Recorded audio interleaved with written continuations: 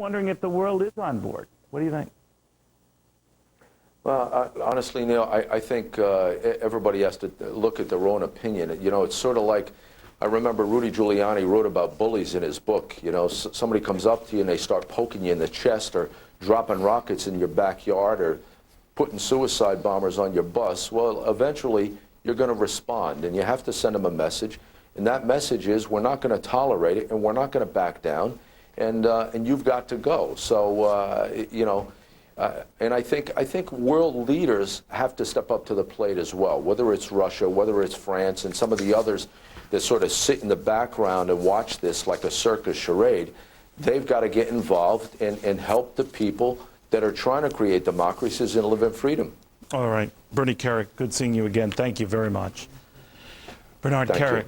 All right, Israel taking the gloves off and fighting Hezbollah. If getting tough on terrorists sends gas as high as $5 a gallon, would it be worth the price? Let's ask the crew from Cashing In, including Terry Keenan, Andega McDowell, and Wayne Rogers, along with Jonathan Honig, Jonas Max Ferris, and John Bradshaw Layfield. Jonathan, you said that it would be worth it, would it?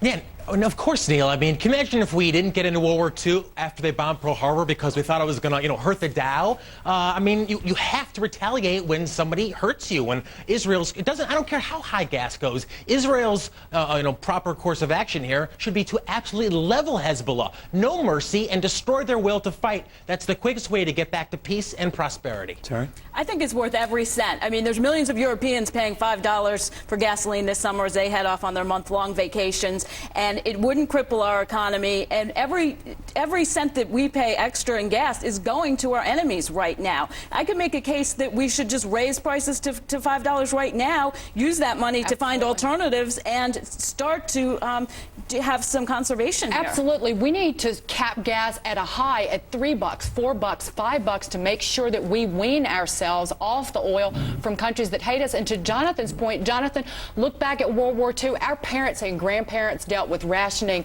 of food, gasoline, meat, sugar. We don't need to have that. We need to learn we don't to need to do that. Gas. This doesn't have to be a multi-decade struggle here. If Israel is strong enough and sends a message that if you mess with us, you will be killed. If you are part of Hezbollah, if you are part of Hamas, you will be killed. You are an enemy. This could be over in 6 months. Well, like Wayne Rogers, I look at the markets every day, though, and I notice when everything hits the proverbial fan, a lot of investors do get out of Dodge. They sell and they run. I always wonder if our soldiers did that, we'd probably be in deep doo-doo. But nevertheless, that is what investors do, right? Yes, that's true, Neil. Obviously, the market hates insecurity and they hate uncertainty, and so the markets are obviously going to respond to that.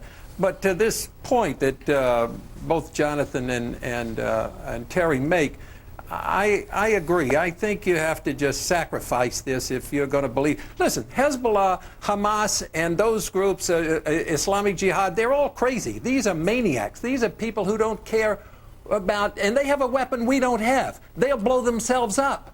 What do you think of that, Bradshaw? They don't care. We got to realize that this is what the world has become, and we got to deal with it. Absolutely. We have no choice. This war came to us. We didn't go to it, and we have to finish this thing. If this takes oil to $100 a barrel, if it takes gas to $5 a gallon, that's just what we have to do. If it is worth Would everybody risking, share that view? I don't think it matters if they do. This is for the safety of America. A lot of wars are not shared by everybody. With absolutely everybody here. It is not worth $5 gas. In fact, the United States is not going to strike any major OPEC oil exporters until gas, I would say, is around a buck change like it was when we decided to go into Iraq the first time Jonas, and the second time. This is life and death here, Jonas. It's not life and death. You're talking about a recession that you would cause. The head of the Fed just said the U.S. economy is finally slowing. No president is going to take the express train out of the White House by attacking an oil exporter and sending oil to $150 a barrel and causing a U.S. recession. We will wait till there's a glut in the oil market and deal with our enemies then, as we've done for decades. That is our policy in the Middle East. I just don't think foreign policy can be based on the price of a gallon of gas. Right, and if we get tough right now, there's already a huge premium in oil prices. You saw oil come down this past week. Now is a good time to strike. Oil inventories at an 8-year high right now. We've learned to live with $3 a gallon. Now's a good time. And Jonas, if the oil prices came down, down. If through a recession or through conservation, the people who are going to be hurt are our enemies, Iran and Venezuela and the like. Well, you're hitting on the real issue, which is if you want to then attack one of these countries, we're going to have to lower demand before we go preemptively to lower the price through. You know, you're seeing states raising the miles per hour limit on highways right now. That increases the consumption of gas. Well, Wayne, let's say that's right. Let's say we do deal with much higher oil just to deal with this problem. The fallout for us longer term would be what? Well, I think the fallout for longer term for us is that we have to find alternative fuel sources. I mean, we're going to have to conserve. We're going to have to find alternative fuel sources, and we're doing so right now. I mean, you look at what Brazil has done. You know, we can do the same kind of thing. We never do that. I think that makes it that's better for us. We had two oil crises back in the 70s, and after that, by decreasing demand, we took the Middle East out of the equation. If oil goes down now to $50 a barrel, we're going to do the same thing now. We need to stay high for our own company's security. Force us to conserve with high prices. Jonathan, real quickly, if we don't, you say we have more hell to pay, right? Neil, in this case, there's no difference between what's moral and what's practical. Getting rid of these terrorist organizations and the states, the Islamic states that sponsor them, is the best thing to do for the economy and for our safety long term. Guys, thank you all. We saved a lot of time by talking over one another. I appreciate that. We will have more after this. For active traders, it all happens here, online. That's why we made Scottrade Elite fast, easy to navigate, and easy to customize, so everything's right where you want it. Streaming data, level 2 quotes, advanced technicals. You can test your strategies with virtual trading, manage multiple accounts from a single screen, and trade unlimited shares for just $7 flat, market or limit. Sometimes it pays to think inside the box. Demo Scottrade Elite today at ScottradeElite.com. It's back to school, and Best Buy's got what kids need to succeed, like laptops with fingerprint scanners for extra security, convertible notebooks that let you jot notes directly on the screen for new ways to learn, and media center computers that let you record, watch, and pause live TV. Check out the Gateway Convertible Notebook with dual-core technology. It's a perfect blend of performance and creativity. Save big for back to school, now at Best Buy. People always ask insurance guys, when can I get my car back? Well, a lot faster with this Sprint Mobile broadband card. I can instantly download customer data, file the claim, and handle more customers per day. Do more with Sprint Mobile broadband. So when can I get my car back? Well, Sprint Business makes just about any place a workplace. Get a card for $49.99 with an unlimited data access plan after mail-in rebate. Visit sprint.com/business. Are oil companies thinking ahead? Oil companies have an obligation to try to develop things to be cleaner, safer, and better for the environment. And if that means expanding their product line to have alternative types of fuels, whether it be wind, hydrogen, solar, whatever it may be. And I'm not an engineer, so I don't have that answer.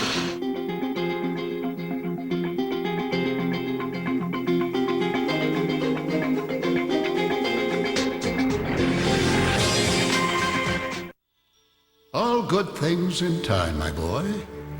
Haste makes waste. Patience is a virtue. Your day will come.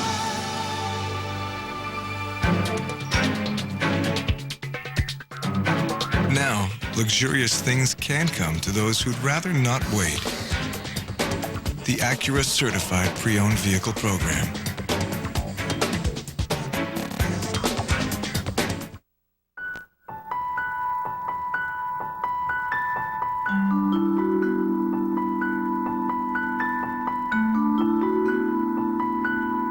Because financial solutions have no borders or boundaries, UBS operates in only 2 locations. Everywhere. And right next to you. You and us. UBS. You know, with the Middle East, we're so focused on Condoleezza Rice's travels and what will come of her trip to the Middle East. No one at all talking about Hugo Chavez's travels. Looks like he is going to the Middle East, too. Now, Condi could make peace in the region. Chances are Hugo could make things worse in the region because Hugo runs a country called Venezuela that has a lot of oil. And that gives him a lot of clout. And Hugo is using every bit of it as we speak on a 2-week global tour that will take him to no fewer than 7 countries, mostly in Asia. But as he put it, and the Financial Times has reported, perhaps some in the Middle East and a few in Africa on the way. He says that he wants to deliver a message of peace, but he's also pitching something else, a bid to have Venezuela secure a temporary seat on the UN Security Council that will come up soon. He apparently has a good shot at it. Talk is the Arab League of Nations would back him, as would several key Caribbean and African countries as well, which means Chavez, a man who has called the U.S. a blight on the world, who has rallied against Israeli elites' aggression against Lebanon, who has spoken glowingly of North Korea and disparagingly of sanctions against Iran, a man who has just bought 24 Sukhoi fighter jets from Russia. He would be in the catbird seat on the UN Security Council. The Security Council. That would be like putting me on the Council of American Fitness. Let's say not a good idea. It's why I want to follow Condi's trips very, very closely, and I will. But you know something? I want to, and on my show, you will see us follow Hugo's trips even more closely. Thank you for joining us for this very special coverage of the cost of freedom. Il Aviso is next week. Continuing coverage now on Fox. It's been a special presentation of the cost of freedom. I'm Brian Wilson in Washington with a special edition of Weekend Live focused on the continuing crisis in the Mideast. Tanks on the move. Israel sends some of the tanks massed along the border into Lebanon. The Israelis continue to prep the battlefield, taking out major Lebanese communication hubs. Hezbollah promises it has big surprises in store, but so far its main response has been lobbing very inaccurate rockets into northern Israel.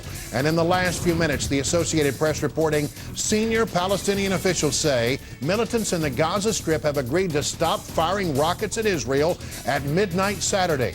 Over the course of the next 2 hours, we'll talk to former Israeli Prime Minister Ehud Barak, as well as our ambassador in Lebanon. Also, Fox team coverage from the region with special reports from Bill Himmer on the front lines. This is a special edition of Weekend Live.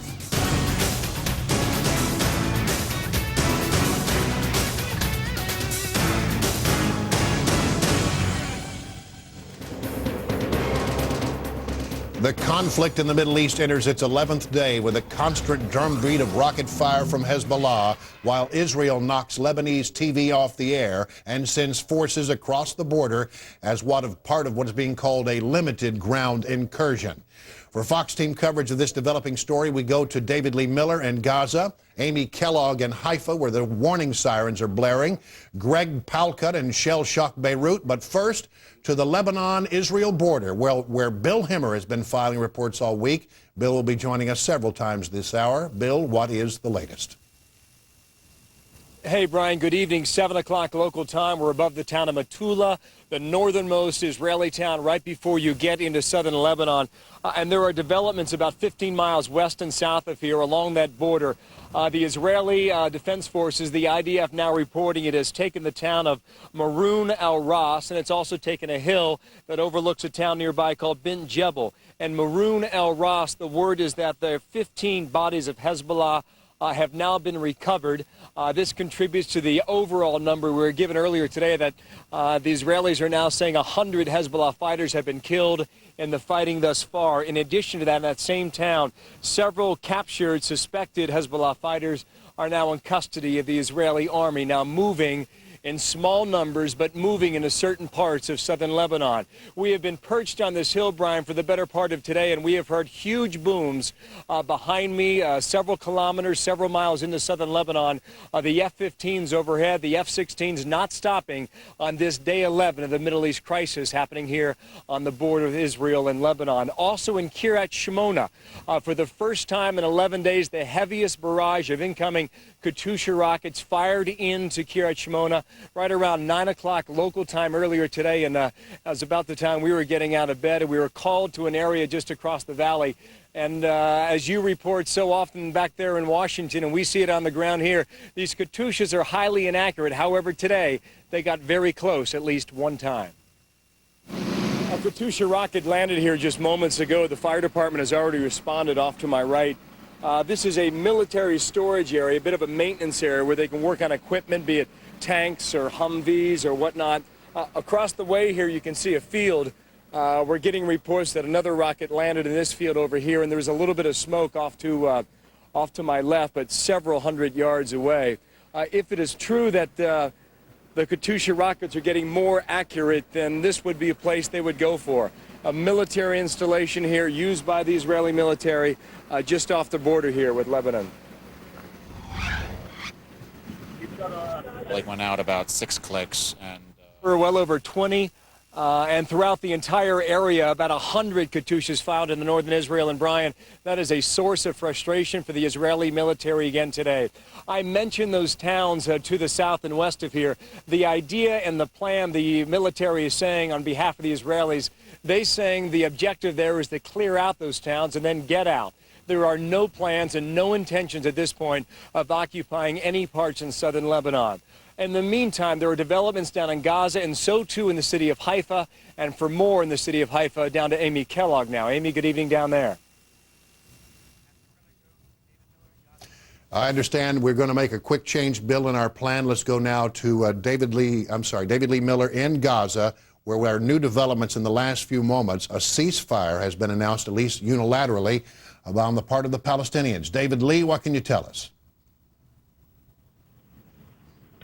This was a wire service report, Brian, reported by the Associated Press, that there has been a unilateral ceasefire, this agreed to by the militants here in Gaza. The wire service says this information comes from senior Palestinian officials. Their names not released because this was a private, closed-door meeting. We are now trying to independently confirm this. So far, no one here from the government has gone on record to say that the militants here have agreed to a ceasefire. We have talked to representatives of 3 of the militant groups here, the Al-Aqsa Martyrs Brigade, the Islamic Jihad, as well as Hamas. None of them have gone on record saying that this is true. In fact, I can tell you that they say, in fact, that this report is not true, Brian. They know of no such unilateral ceasefire. Nevertheless, we are now trying to speak to senior Palestinian officials to see who precisely was in this closed-door meeting and find out more information. Still to be determined, if this report is true, what might the response be from the Israeli government. We spoke to representatives from the Israeli Defense Forces, and they say they take their orders from the Israeli government, and they have yet to issue any orders how to react if, in fact, the Palestinians say they are no longer going to fire rockets across the border into Israeli towns and cities.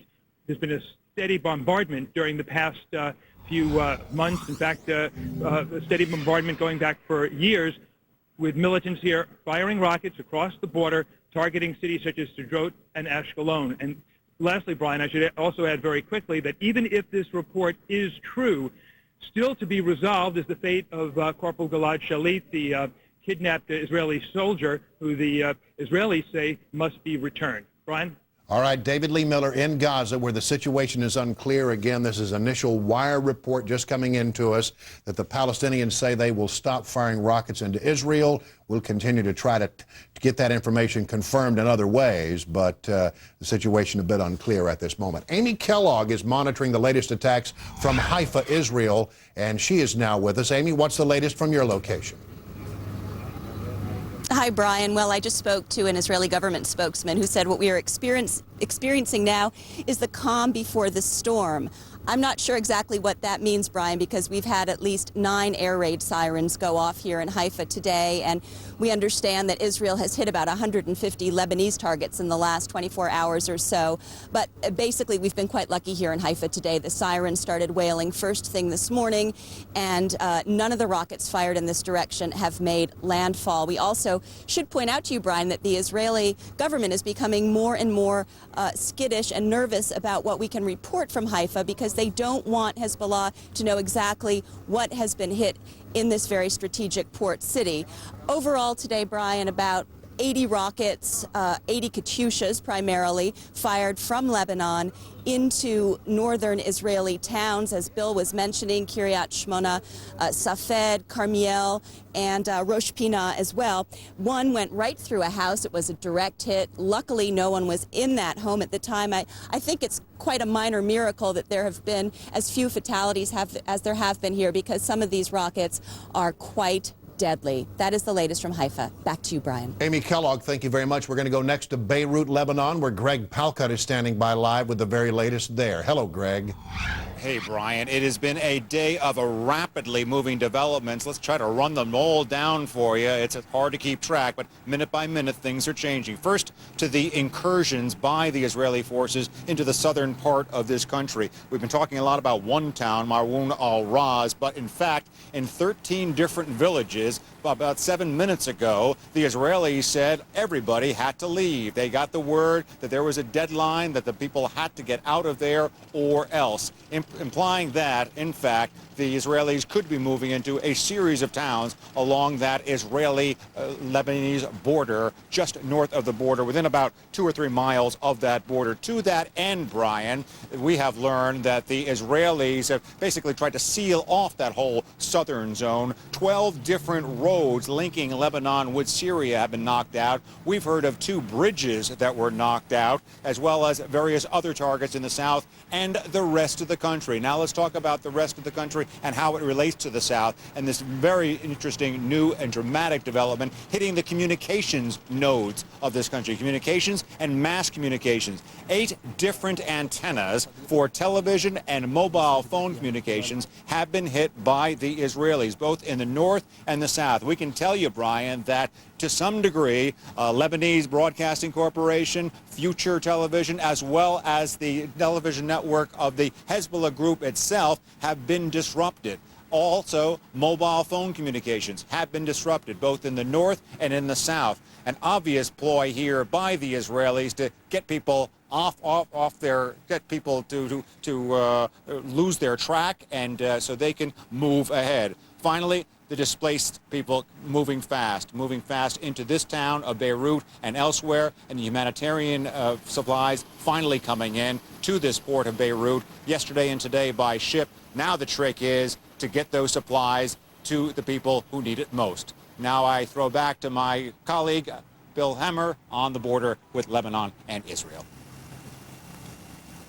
Thank you, Greg. And just to add to what Greg's reporting there, the Israeli military is saying in the past 24 hours they have put their sights on 150 different targets in southern Lebanon. How many they have hit, we do not know, but that was the target list over the past 24 hours. And again, there were some reports late yesterday that a massive ground invasion was set to go late on Friday night, but as Jennifer Griffin reported here on Fox last night at 5 o'clock New York time, that massive ground invasion is not going to take place. Just these small hit-and-run incursions, often busting through the wall into southern Lebanon, as we saw earlier today with about a half a dozen tanks that appeared on some videotape down the road here.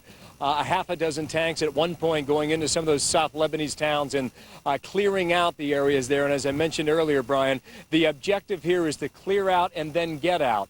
We'll see if the Israeli military can be successful at just that. See you a bit later, a few moments here on the border. Brian, back to you now in D.C. Absolutely, Bill. It's good to have you with us on our broadcast. You'll be back with us later, as well as other reporters from around the region. We'll be back in that region anytime something happens. Now, with limited ground incursions and attacks against communication hubs in Lebanon, what are the Israelis up to? Some military chalk talk from General Bob Scales when we come back. Stay with us.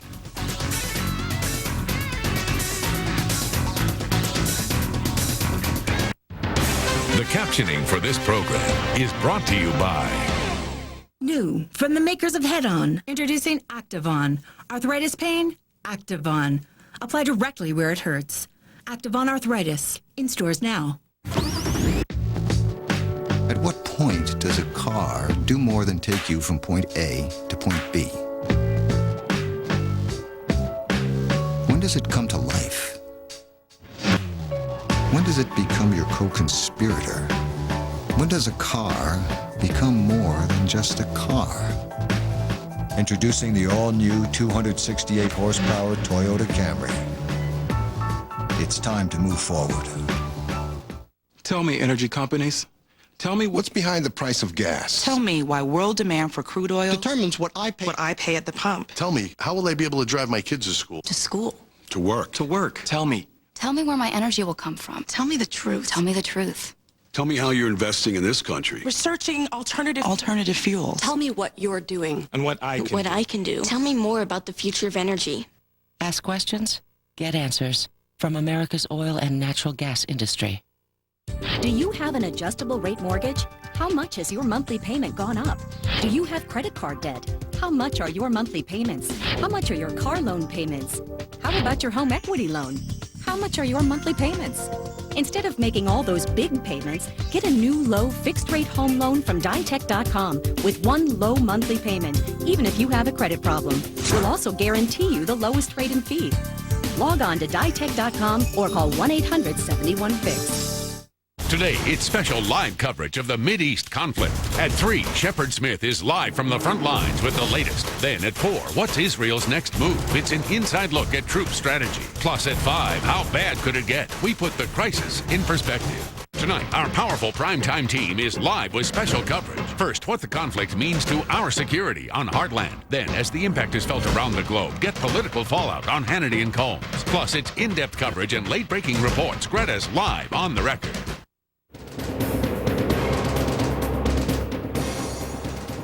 Welcome back to our continuing coverage of the turmoil in the Mideast. Hezbollah has been promising surprises, but so far has been lobbing fairly unsophisticated but deadly rockets into northern Israel. Israel, meanwhile, has tanks and troops massed at the border with Lebanon, and a few of those tanks crossed over for what are being called limited incursions. Our next guest says this is all preparation for a still-to-come campaign of some kind, and he's here to tell us more about it. I have General Bob Scales with us. Let's talk first of all, if we could, General, with your screenwriter there. How much of a threat are these rockets, and from what distance can they be fired? Okay, let's go to the screenwriter, Brian, and take a look at that. If you look at the range of the rockets that they have, the standard rocket that you hear about all the time, and the one that Bill is talking about, is the Katyusha. That's about the limit of the Katyusha, about 12 to 15 miles. When you talked about the rockets hitting Haifa, that's about the limit of their range, and that's the so-called FAR 3 and the FAR 5. The launching positions are dotted all the way around this area, clustered around Tyre for the longer-ranging rockets, and clustered right on the border, just over that hill that's behind Bill for the Katyushas. And so, and then the resupply effort is coming out of the Bekaa Valley from here down further south, particularly for the heavier rockets. So that's the enemy situation.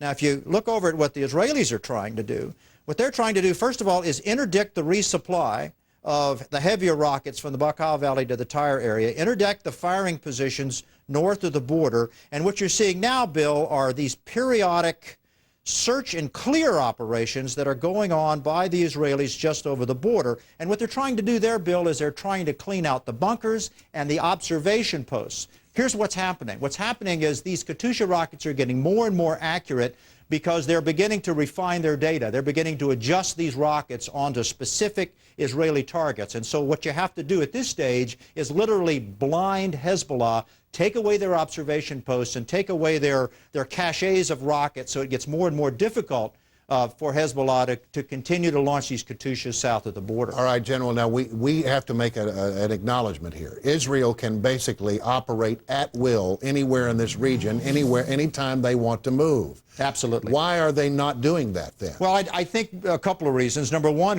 they're concerned about a return to 1982. The last thing they want to do is to create an impression in the world and at home, and particularly in Lebanon, that they're going to conduct a massive permanent invasion and reoccupy the area south of the Litani River.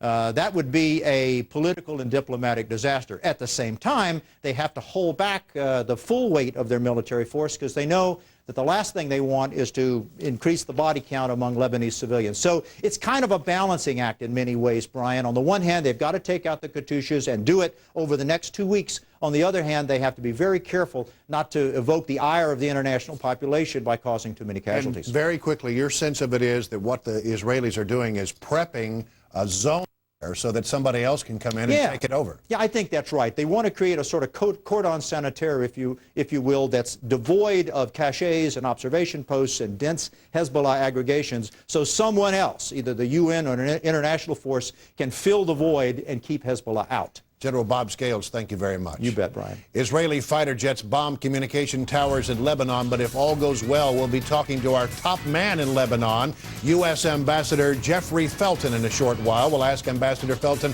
about the status of those Americans still trapped in the middle of this Middle East war zone. Stay with us, everyone.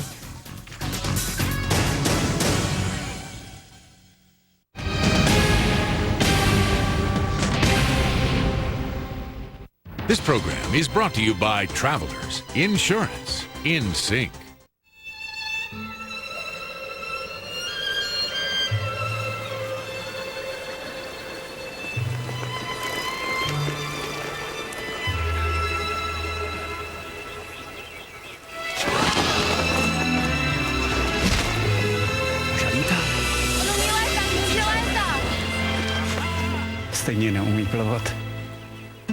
Your risks are always evolving. Shouldn't your insurance stay in sync?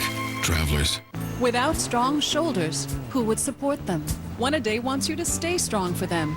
Because as early as 30, women can start to lose bone mass. That's why there's One A Day Women's, a complete multivitamin with twice the calcium of Centrum. One A Day Women's.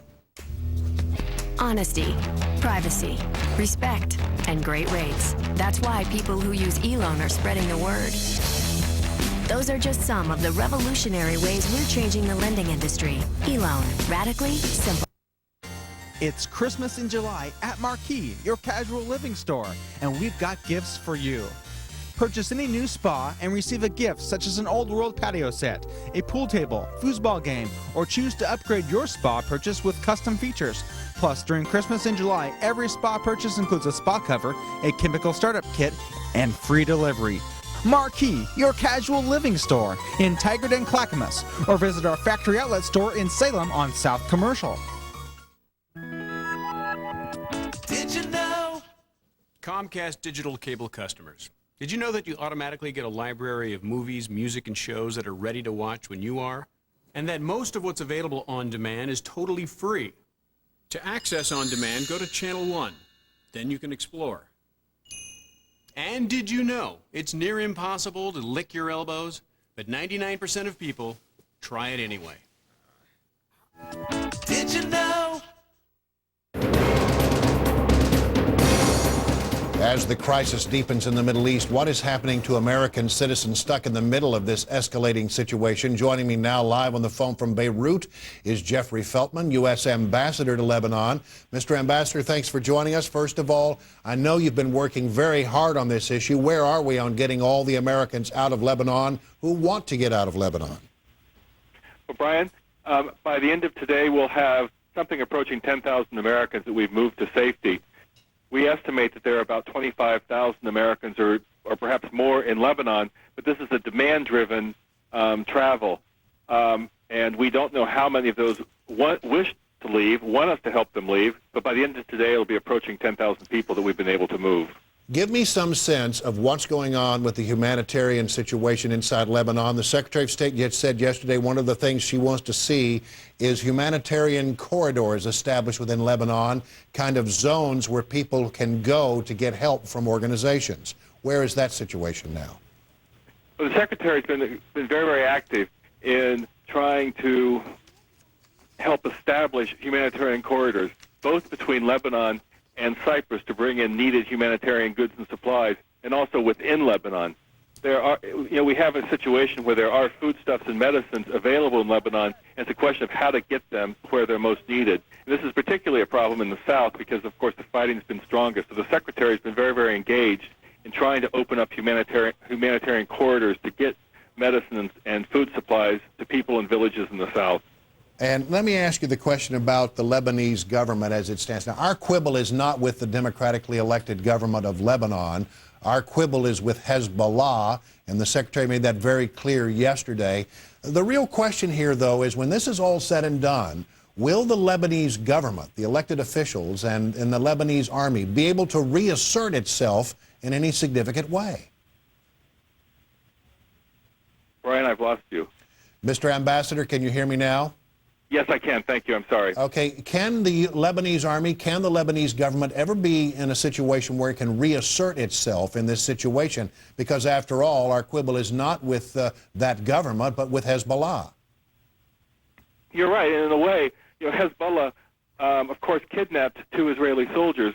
But in a way, you can also say they kidnapped this country. They dragged it into a war that the people of Lebanon had no choice about. Nobody asked their opinion about whether Lebanon should be dragged into this war.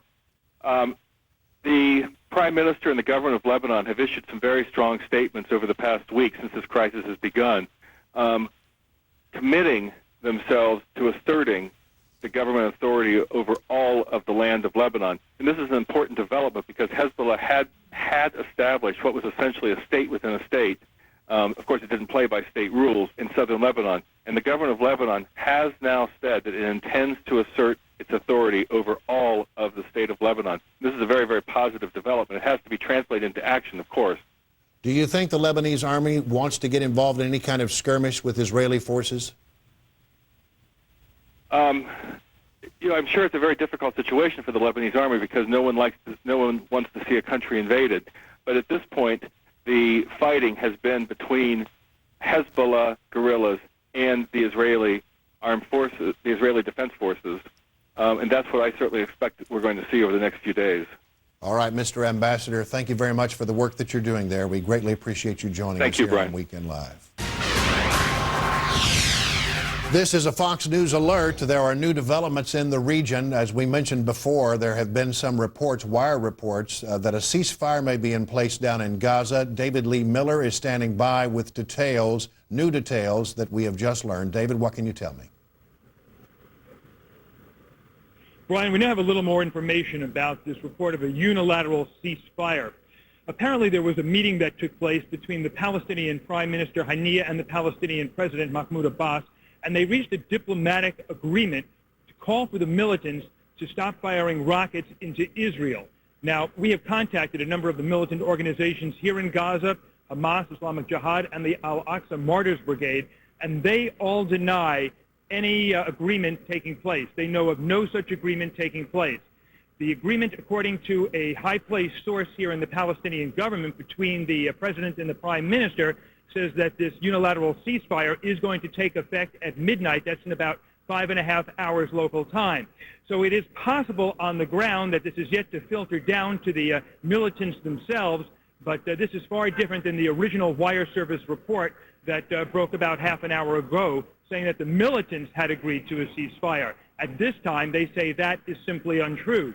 And we should also point out that today here in Gaza, Brian, things were relatively quiet. The Israelis, for the most part, have moved out of central Gaza. There was a minimum amount of shelling in the north, and perhaps that is indicative of some progress on the diplomatic front, but at this time it is still far too early to tell. Brian? David Lee Miller in Gaza, where there is breaking news. Thank you very much, David. We're going to take a commercial break. Bill Himmer is still with us in northern Israel with more details of what's going on there. You are watching a special edition of Weekend Live focused on the continuing turmoil in the Mideast. It will continue in just a moment. People could save hundreds of dollars on car insurance by switching to Geico. It says here, new customers report average annual savings of over $500. Easy money. Easy money. You do have to go to geico.com. Which is like what? Asking you to stand up? Hello there, you know, if you stand up, you could save loads of money. I doubt you're going to be like, no thanks, I'm so rich, I think I'll keep my seat. Geico. 15 minutes could save you 15% or more on car insurance.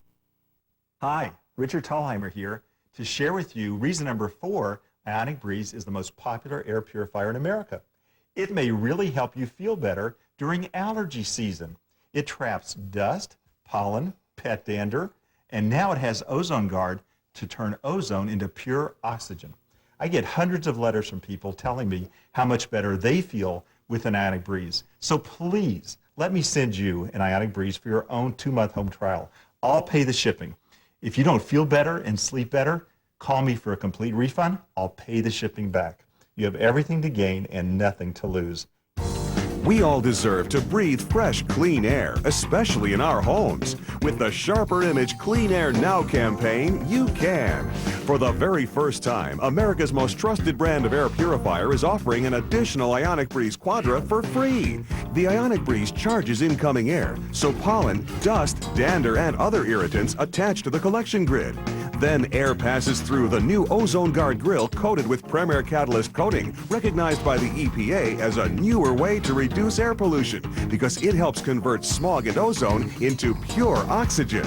You have to move air to clean it, and the Ionic Breeze cleans and circulates air with no fans, no filters, silently. Order today and we'll give you a free $69 bathroom Ionic Breeze to keep small rooms fresher 24 hours a day. We'll even pay your shipping so you can use the Ionic Breeze risk-free for 2 months. If you decide to send it back for any reason, we'll pay that shipping too and keep the bathroom Ionic Breeze as our gift. But that's not all. For the first time ever, call right now to find out how you can get an additional Ionic Breeze Quadra for free. That's right, it is amazing. A free Ionic Breeze Quadra. Call 1-800-633-1500. That's 1-800-633-1500.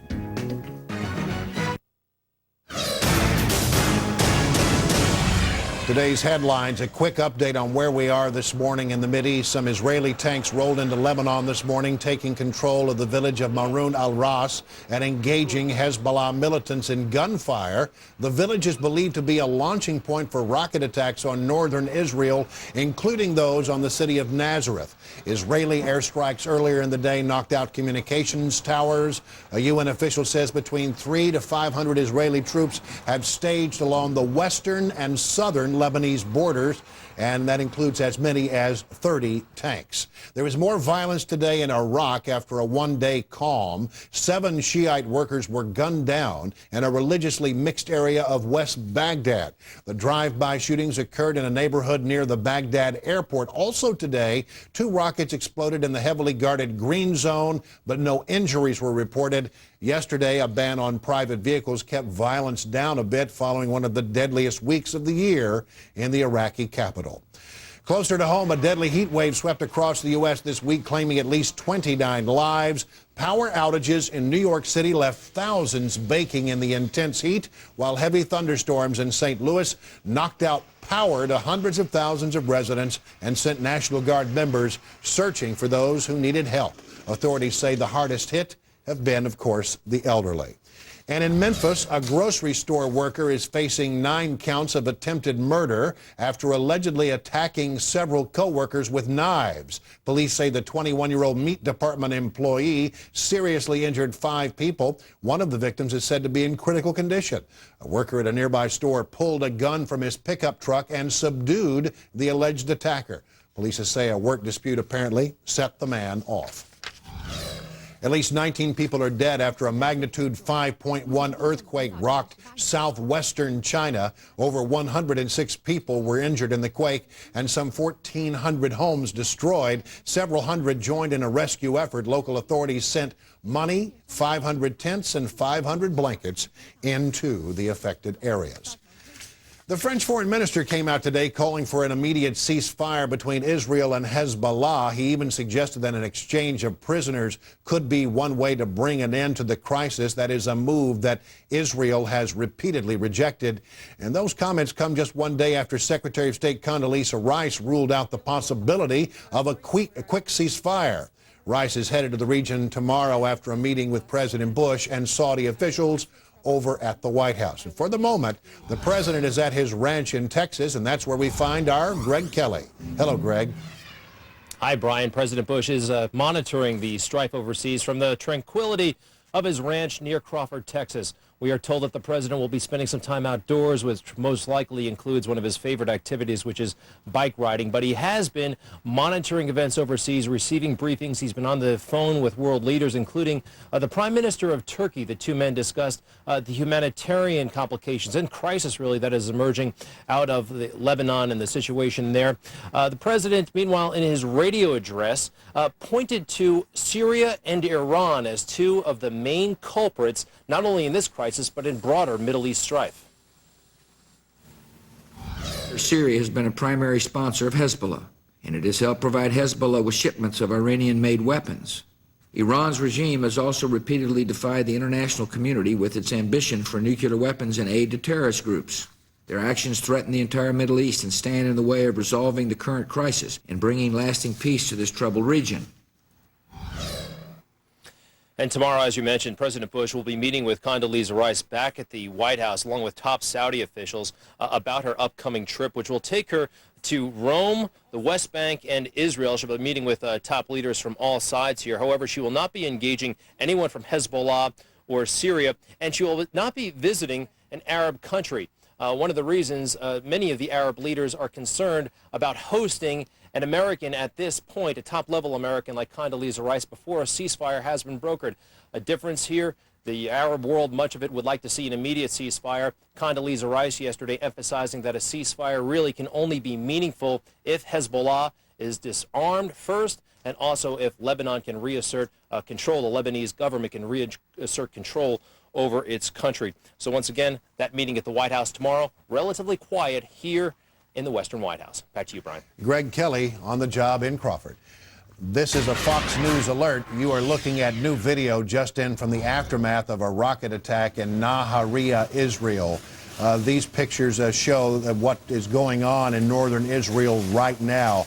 Nahariya, for those of you who do not know, is kind of a little town along the Mediterranean. It is between the Lebanese border and Haifa, and well within the range of these small Katyusha rockets that we have been talking about for days now. One of the things interesting about these rockets is they're not very sophisticated, but they do have the intended effect. They are a real weapon of terror, and the fact that they are not very accurate really has a tremendous effect on the psychology of the people who are on the receiving ends of them, because you don't know where they're going to come down. They don't necessarily come down against military targets. But as you can see, more damage there in Nahariya from these rockets. New video just coming in to Fox News. As the Israeli army intensifies its military campaign against Hezbollah, a report out today says that the White House is rushing precision-guided bombs to Israel. With more on this latest development, we turn to Bob Sellers. Bob? Hi, Brian. Yeah, Fox News confirming that the U.S. is sending an order of precision-guided missiles to Israel. Israel requested the shipment of the arms, which includes satellite and laser-guided bombs like the so-called bunker busters we've heard of.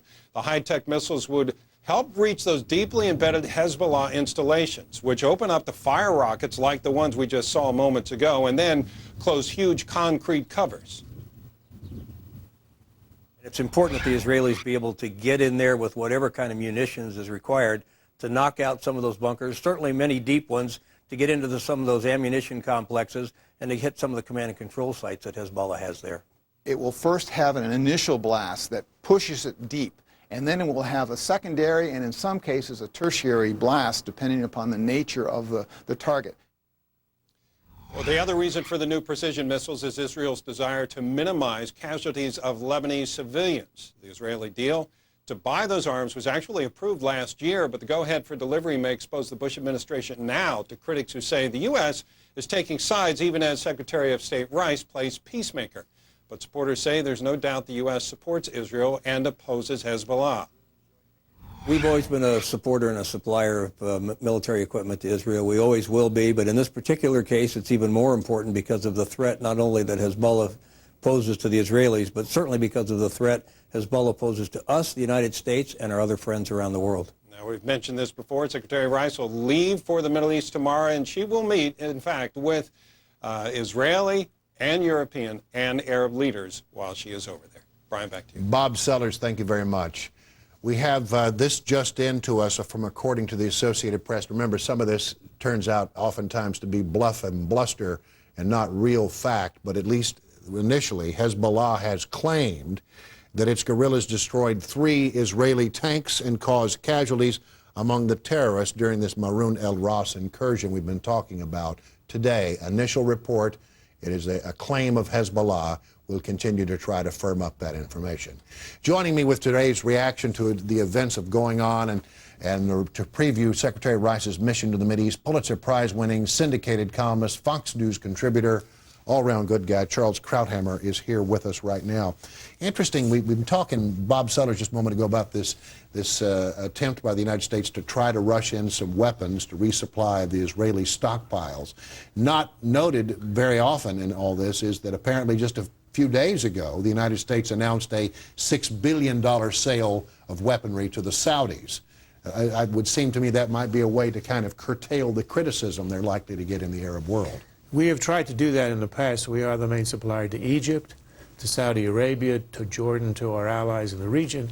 And of course the bad guys, the terrorists, Hezbollah and Hamas, are supplied by Syria and ultimately Iran, which is why you had those sophisticated weapons coming out of the Bekaa and out of Lebanon hitting Israeli ship a week ago, which was an Iranian high-level, high-tech weapon. All right, now we have Secretary Rice is going to meet with the President and Saudi officials at the White House tomorrow and then head to the region. What is her main goal here in your estimation? Because she said clearly she doesn't think the main goal should be a ceasefire. Her main goal is to get what they would call an Arab umbrella. What's been really interesting is you've gotten Saudi Arabia, Jordan and Egypt, the major Arab countries who criticized Hezbollah severely for having initiated this war. And this is a rare instance, unprecedented, in which Arabs are critiquing other Arabs who are involved in hostilities with Israel. It's never happened before. So she's trying to capitalize on that because the Saudis, the Egyptians, and the Jordanians understand that Hezbollah is a puppet of Iran. It's essentially an Iranian island in the middle of the Middle East, an Arab Middle East, and it's going to be a threat to Lebanon, Israel, to everyone. So the Arabs secretly want Israel to succeed and to reduce or even eliminate Hezbollah, but they can't say it. But they will say it in private. The idea is to get some umbrella support from the Arabs, also from the Europeans who also pretend to be even-handed but want Hezbollah defeated, so that, A, that they legitimize an operation to reduce or eliminate Hezbollah, and secondly, will provide a force after Israel leaves to stay in southern Lebanon and prevent a second, a third, a fourth war like this. Charles Krauthammer, it's good to have you here. Thank you so much. It's a pleasure. Humanitarian groups trying to get into shell-shocked Lebanon with emergency supplies for thousands of people driven from their homes by the bombings. And you're looking at live pictures from the front lines of the border of Israel and Lebanon. Bill Himmer will join us again with an update on what's going on from his perspective. This is a special edition of Weekend Live focused on the turmoil in the Mideast. We'll come back in just a moment.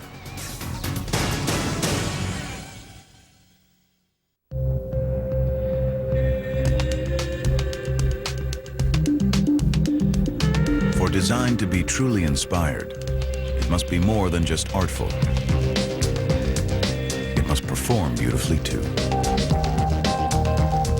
Test drive the 298 horsepower Infiniti G35 sedan at the Infiniti Limited Engagement Summer Event. But don't wait too long. The Infiniti Limited Engagement ends July 31st.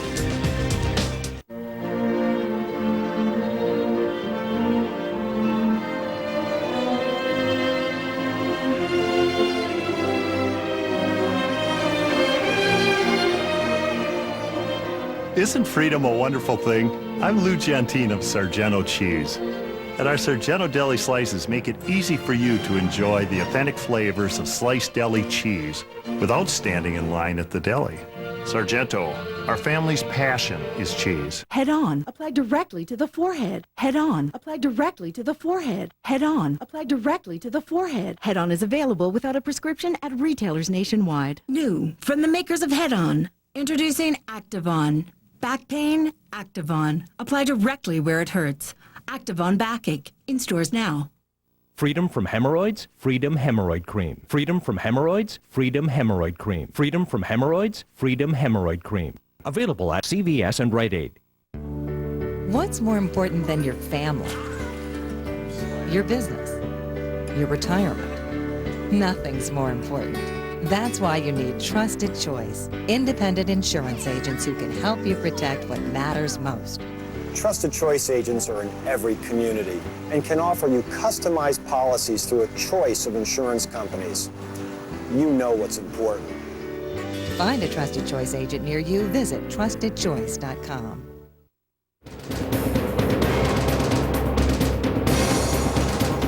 We want to go straight away now to where Bill Himmer is. He's near the Israel-Lebanon border, and in the last few moments, he tells me he's been hearing air raid sirens off in the distance. Bill, what's going on? Hey, Brian, behind me, the town of Metula, the northernmost town in all of Israel, and a town of about 2,000 people, maybe a couple hundred have left behind, and some loudspeakers right now warning the residents who are back here or have not left here to take shelter immediately. Oftentimes that's because they've detected incoming Katyusha rockets, but I have to be honest with you, oftentimes these Katyusha are only fired from about a mile down the road, and they fly very low to the ground, and even if you're putting out a warning, oftentimes the Katyusha's already hit and landed before the people in the area can even learn about it. Now, to give you an idea about the geography up here, just past me, Brian, here's the town of Metula behind me. I mentioned the population's dwindled considerably, and that's for obvious reasons. But if you go just past this town, right where the trees stop and the rocks begin, that's Lebanon. And up on the hill up there, there's a place where they make cement and a concrete factory up there. And just to the left of that, as we lose a bit of daylight here at sunset, Brian, there's a Hezbollah outpost that has been since abandoned, one of 24 throughout the entire 50-mile border. And just about 10 minutes ago, we heard this thunderous boom on the horizon. That's the town of El Hia in southern Lebanon. On the far side of that ridge for the past 3 days straight, that town has been pounded over and over and over again. And there was another explosion a short time ago. We'd actually see the spark as it reflected across the valley, which is somewhat unusual because oftentimes we can hear the sound of the concussion, but it takes a few seconds before it rolls through this valley. And then we look out there and try and spot the smoke on the horizon. In this case, we could see the flash and then the smoke. There's a 3-story building over there that seemed to be the target. It's still standing. We don't know if the Israelis hit their mark or not, but overnight, they told us, they had about 150 targets throughout the area in their sights, and they were targeted throughout the night. They say they knocked out a good number of them, but all of them certainly have not been taken out. And clearly, based on the number of rockets fired in northern Israel again today, there are a number of targets still out there for the Israeli army to go after. And I must tell you, Brian, that has been a major source of frustration for the Israelis throughout this 11-day conflict. The fact that these rockets are out there, they know they're out there, but they cannot knock them out just yet. Already today, close to 100 Katyushas fired in the northern Israel. And on the coastal town of Nahariya, one report of an injury there. Another town reports a serious injury there. We had more than 20 come into Kiryat Shmona at daybreak today. No one killed. Luckily here, and no injuries reported. Oftentimes they go off the mark, but they do get lucky, as we have seen in the case of some rockets fired in here over the past 11 days or so. And again, the warnings have died down right now. Maybe they'll come back, maybe not. It's not every time that we get a warning before the rockets land, but in this case, we did. Hopefully nothing has been hit on this side of the border. Brian, back to you now in Washington. Bill Himmer, so good to have you with us. And again, you'll be with us later in the broadcast, and also we'll have you with us tomorrow in our show of Weekend Live. Thanks a lot. Updating us now on the phone from Lebanon is Kamal El-Batal. He is the Director for Human Rights with the World Council for the Cedars Revolution. We'd like to thank you, sir, for joining us. Can you hear me? Yes, Brian, I can hear you. Well, first of all, tell me what it's like where you are. Well, I'm outside Beirut. It's quiet over here, although we had the antennas of TV broadcasting shut in the afternoon. But besides that, it's okay. Okay, I want to see if I can help viewers who are watching this broadcast understand something that's kind of confusing to many Americans watching this. You have Hezbollah within Lebanon, which is, we are told, a very popular organization. And yet they have dragged the entire country into a war at the behest of Iran and Syria. How is it that there is not resentment toward Hezbollah for that? Brian, there is a state of shock in a big chunk of the Lebanese population. Most of the Lebanese population are not well informed of the realities. They believe that Hezbollah is a Lebanese political party. Hezbollah has been very active providing social services, health services, cultural services, educational services to the population. And this is the way that was used for recruitment. Now, all these services do not exist anymore. During this campaign, we barely see any humanitarian services offered. Nobody sees Hezbollah anymore, and people are starting to ask questions. surely Hezbollah is losing ground. You believe that is the case, that the end result of this is that when all is said and done, Hezbollah will not be as popular as it once was? Well, surely. It will surely not be. And we would like to see more. We would like to see us Lebanese, Resolution 1559 being implemented. The Council of the Cedars Revolution is trying to support the Lebanese in the strive for building a true democratic and full of rule of law country. I'm trying to get a sense of what might happen next, and it's very hard for us to know what the plan may ultimately be in the days ahead. But one of the things that's being discussed is the possibility of inserting into the southern Lebanon region some type of Arab umbrella, other Arab peacekeeping forces that would come in and separate Hezbollah, or what's left of it, from the state of Israel. How would that go over in Lebanon? I don't think that will be quite accepted by the Lebanese. I think the Lebanese would like to see the UN take control of all the Lebanese borders, the Lebanese border with Israel as well as the Lebanese border with Syria. And I think if this is not done, the Lebanese population is not going to be safe. What is the humanitarian situation in Beirut and around Lebanon at this hour? It's very difficult, Brian, especially in areas of the south.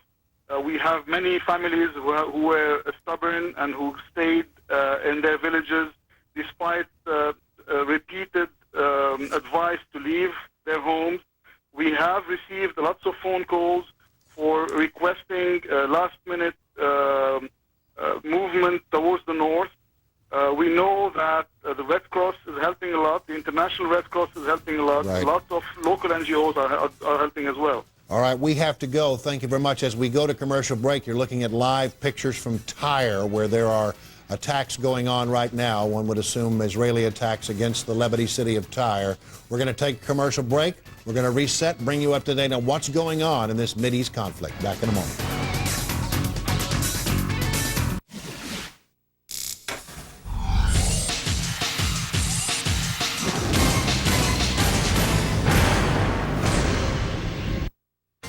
It's Christmas in July at Marquee, your casual living store, and we've got gifts for you. Purchase any new spa and receive a gift such as an old world patio set, a pool table, foosball game, or choose to upgrade your spa purchase with custom features. Plus, during Christmas in July, every spa purchase includes a spa cover, a chemical startup kit, and free delivery. Marquee, your casual living store in Tigard and Clackamas, or visit our factory outlet store in Salem on South Commercial. Agent 24/7, come. New Prudential real estate signs. Now with Yahoo, very powerful. You'll need to reload. More than usual. Our exclusive relationship with Yahoo Real Estate has produced this. Now you can show your home sellers how many buyers are looking in their neighborhood, in their price range. Even viewing their home online. The future of real estate is in your hands.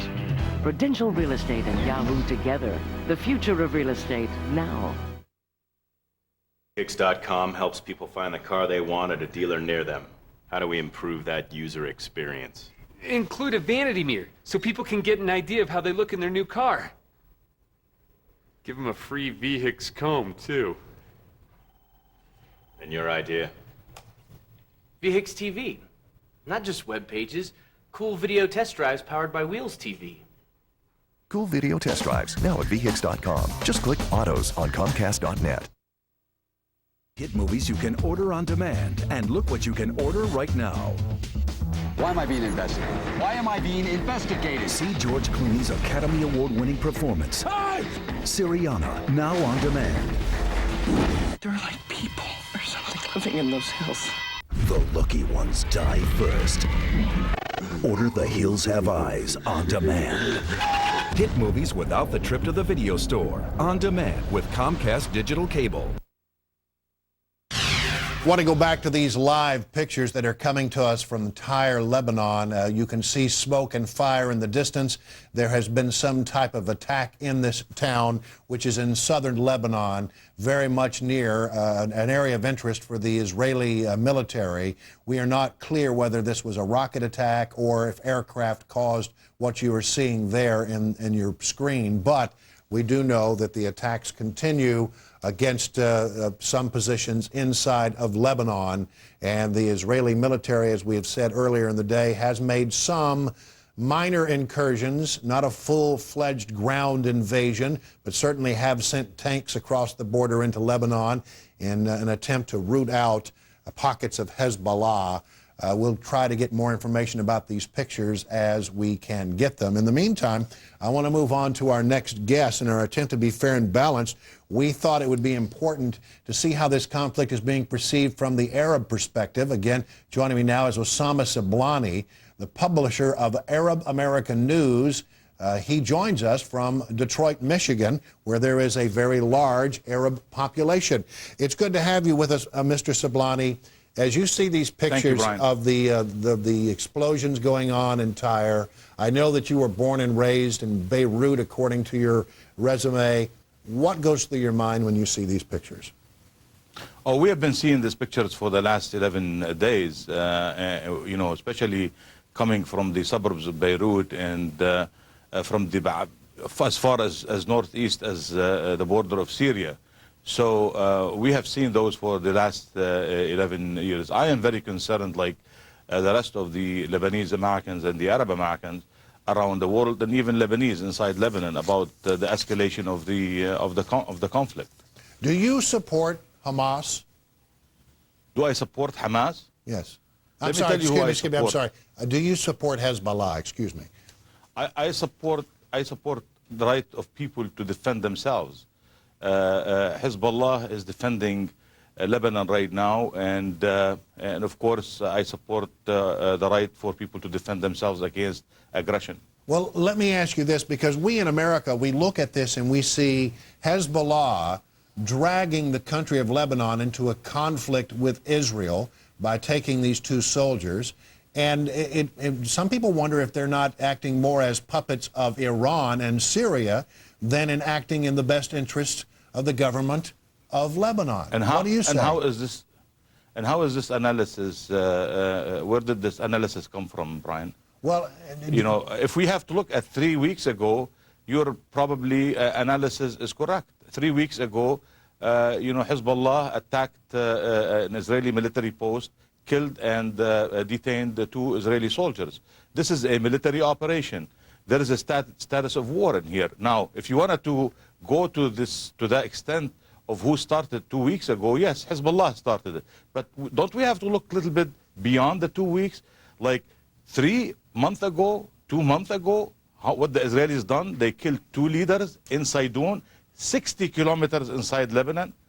Before then, they killed a Hezbollah leader inside Beirut, which is about 100 kilometers north of the border of Israel.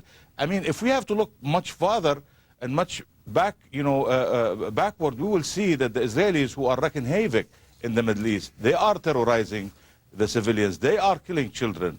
So if you wanted to look at the, you know, yesterday, then that's fine. But if we have to be decent, we have to look all the way back and see what is the source of the trouble. And I tell you, the source of the trouble is occupation. We need to end occupation. We need to end the suffering of the Palestinians. Mr. Sablani, we thank you very much for joining us. It is a reminder that this is not something that just started a couple of weeks ago, but an ongoing conflict in that region for many, many years. Coming up, we'll bring you all the latest from Haifa to Beirut, and we'll ask the Israeli ambassador to the U.S. just how tight are the ties right now between Israel and the United States. Back in just a moment.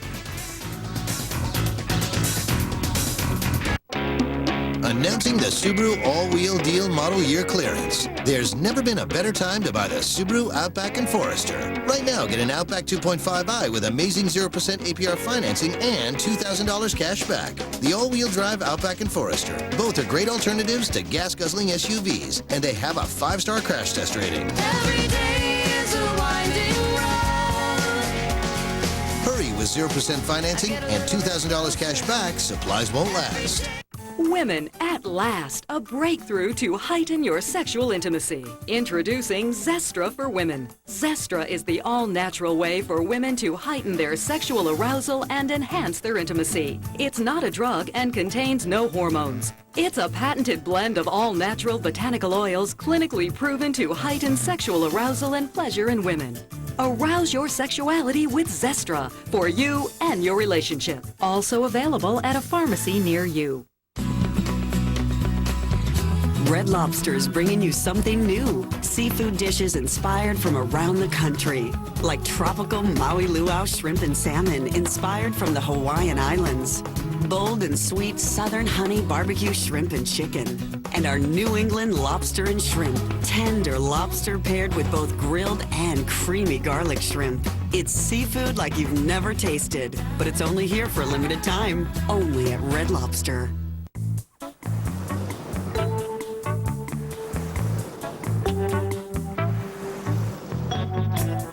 Call today for the Gold Delta Sky Miles credit card from American Express and start earning double miles in more places more often. Apply now and get 17,500 bonus miles right away. With award tickets starting at just 25,000 miles, you can fly free sooner. Plus, the card is fee-free the first year. Call 1-800-SKY-MILES.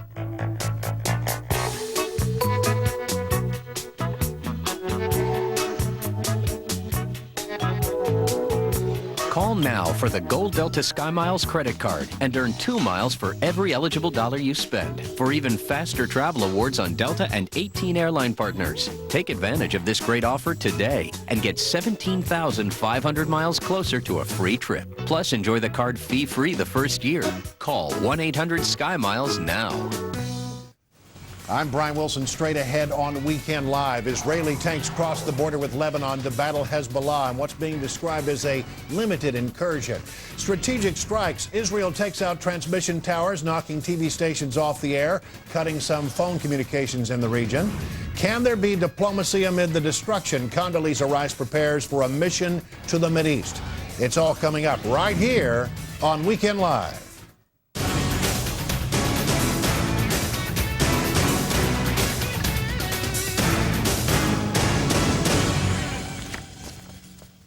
Israeli tanks backed by bulldozers and armored personnel carriers marked the first ground fighting of this conflict. Troops knocked down a border fence and entered southern Lebanon as part of what is being called a limited incursion, but it is not being described at this point as an invasion.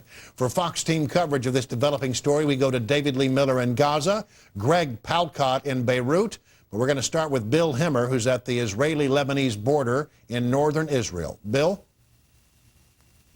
Hey, Brian, 2 headlines this hour from northern Israel. Maroun al-Ras is a small town that the Israelis now say they are in complete control of. Also, they say they're in possession of 15 dead Hezbollah fighters and several suspected Hezbollah fighters now in their possession. Also, they've taken a hill near a town called Bent Jebel, which is right near Maroun al-Ras. Says a number of tanks, how many we can't say for certain, but a number have moved across the border in the southern Lebanon a bit earlier today. That is one headline. The other headline is the number of Katyusha rockets fired into Israel throughout the day today, close to 100 so far, and specifically in the town of Kiryat Shmona. We took more than 20 earlier today, one hitting a garage facility used by the Israeli military here in the northern part of the country. And oftentimes when these Katyusha rockets hit the ground, they come with a lot of heat, and that heat starts fires. We saw on the ridge earlier today enormous flames building up on the ridge, and 2 planes flying in to try and extinguish those flames. The smoke is still trickling down the valley as we speak tonight. But in addition to that, also just down the road, we came across another one of those fires that have been so fierce up and down this border for the past 11 days. Watch here. Oftentimes, this is the only way to keep the fire and the flames away from burning down your barn or your home up here. These 2 Israelis here are using their own garden hose to try and keep the flames away from a chicken coop. If we swing around here, you can see behind me, it is literally barn after barn loaded with chickens. on the other side, and these men have done a pretty good job here. There are a number of different stables and barns around here, and the flames have come very close, but they have not burned down any structures. Off over the hill there, just before the road, you can see the flames burning again. Not sure if that was caused by a Katyusha rocket or maybe some incoming mortar rounds, but you know, this area is so dry and it's so crisp this time of year. Temperatures in the afternoon get very hot. It's just a bit past 12 noon here local time, well into the 90s in the afternoon heat. There's an Israeli fire truck over the corner here that's trying to extinguish, put out some more flames and more fires, and this is what you have up and down this road along the border area with Lebanon. The smoke and the flames, in times spotty, but at other times plain for the eye to see. And water is using whatever they can to put those flames and fires out, using whatever they can now. In the meantime, behind me, more thunderous explosions throughout the day in a number of towns in South Lebanon. The Israelis saying they're targeting 150 different locations going back to last night, Friday night, 24 hours ago. But again, they repeat, the mission and the operation, the focus here is to clear out these towns and then get out. They want no part, they say, of any further occupation of Lebanon. In the meantime, there are developments throughout the day, too, in Gaza. David Lee Miller has that side of the story this evening. David Lee, good evening down there. Good evening to you. Earlier, there were some reports on one of the wire services that, in fact, there had been a unilateral ceasefire agreed to by the militants here in Gaza to stop firing rockets into Israeli towns and cities. But we have talked to some of those militant groups, among them Islamic Jihad, Al-Aqsa Martyrs Brigade, as well as Hamas. All of them say that this report is simply not true and that the armed struggle is, in fact, going to continue. We've talked to a high-placed official in the Palestinian government here who did tell us that there was a diplomatic meeting that took place, this one between the Palestinian president, Mahmoud Abbas, and the Prime Minister, Hania. The president, of course, coming from being a member of the Fatah party, the Prime Minister from Hamas. They had a diplomatic meeting and an agreement that the militants should stop firing rockets. But the militants themselves say they know nothing of any such agreement, and in fact, the attacks are going to continue. Furthermore, one of the members of the Fatah political party, speaking in the diplomatic realm, did say that there had been some talks among the groups about the possibility in the future of a ceasefire, but the only way the militant groups here would agree to a ceasefire is if, in fact, Israel were to cease all military operations here and stop targeted assassinations. So, in other words, there is no agreement at this hour. That report appears to be completely wrong. As for this day, it was mostly quiet here in Gaza. The Israelis have pulled out of the central part of the Gaza Strip. There was some mild or some relatively light shelling in the northern part of the Strip, where we are told that there were 5 injuries there. But many people here believe that this is just a calm before yet another storm, that there will be another Israeli incursion into the Gaza Strip, and there will be more rocket attacks fired from Gaza into nearby towns and villages. Now, for more in Haifa, here's Amy Kellogg. Amy? Thank you. Thanks, David and Brian. There's basically been relentless rocket fire over northern Israel today. Here in Haifa, we've remained unscathed. Of course, this is a quite densely populated city. It's a strategic city. It's a port city. There were about 9 air raid sirens over the course of the day. But as I mentioned, none of the rockets made landfall here. The most serious, from what I understand, of the Katyusha attacks today took place in Nahariya, where one person was seriously injured. There were probably, over the course of the day, dozens of other light injuries, but the one person was seriously injured in Nahariya. Here in Haifa, the Israeli censors are becoming a bit more strict about what we can and cannot show. That's been building up over the last few days. Of course, they are very nervous about what could happen to this city, and this is the first time in the last few days, of course, that Haifa has been in the sights of Hezbollah rockets. Now, as far as the Israeli troop buildup on the border is concerned, Israeli officials have said to me that the reporting of this amassing of troops has been overblown. Elite troops have been going in and out, as Bill Hemmer mentioned, to clear Hezbollah fortifications along the border. They're focusing now on the central stretch of the border, but they plan to clear it from east to west. That's that border stretch, about 2 miles of it along the border, is the area in which the Israelis hope that eventually Lebanese troops will move in, or some sort of international force. But for now, the Israelis are just doing their pinpoint incursions. They're trying to take out fortifications of Hezbollah. Obviously, this can't be done from air fire alone because some of the positions are so entrenched. They've got bunkers, and Hezbollah forces are hunkered down in bushes and places where they simply can't be detected by the Air Force. We also do understand, Brian, that from an Israeli government spokesman, that the rockets that have been falling on northern Israel today are increasingly coming from deeper inside Lebanon. And I'm going to toss it over now to my colleague Greg Palcott, who is in Beirut. Greg. Amy, thanks very much. We're watching from Beirut fast-moving developments here in this country and the Israeli offensive action, some shifts in strategy as well. First, to the immediate offensive going on in the southern part of this country along the border with Israel. You heard my colleague Bill Hemmer talk about one town in the hands of the Israeli forces. We have learned that 13 different villages along that border inside Lebanon have been given notice that everyone should leave, indicating that, in fact, perhaps Israeli soldiers will be moving in to those 13 villages along the border.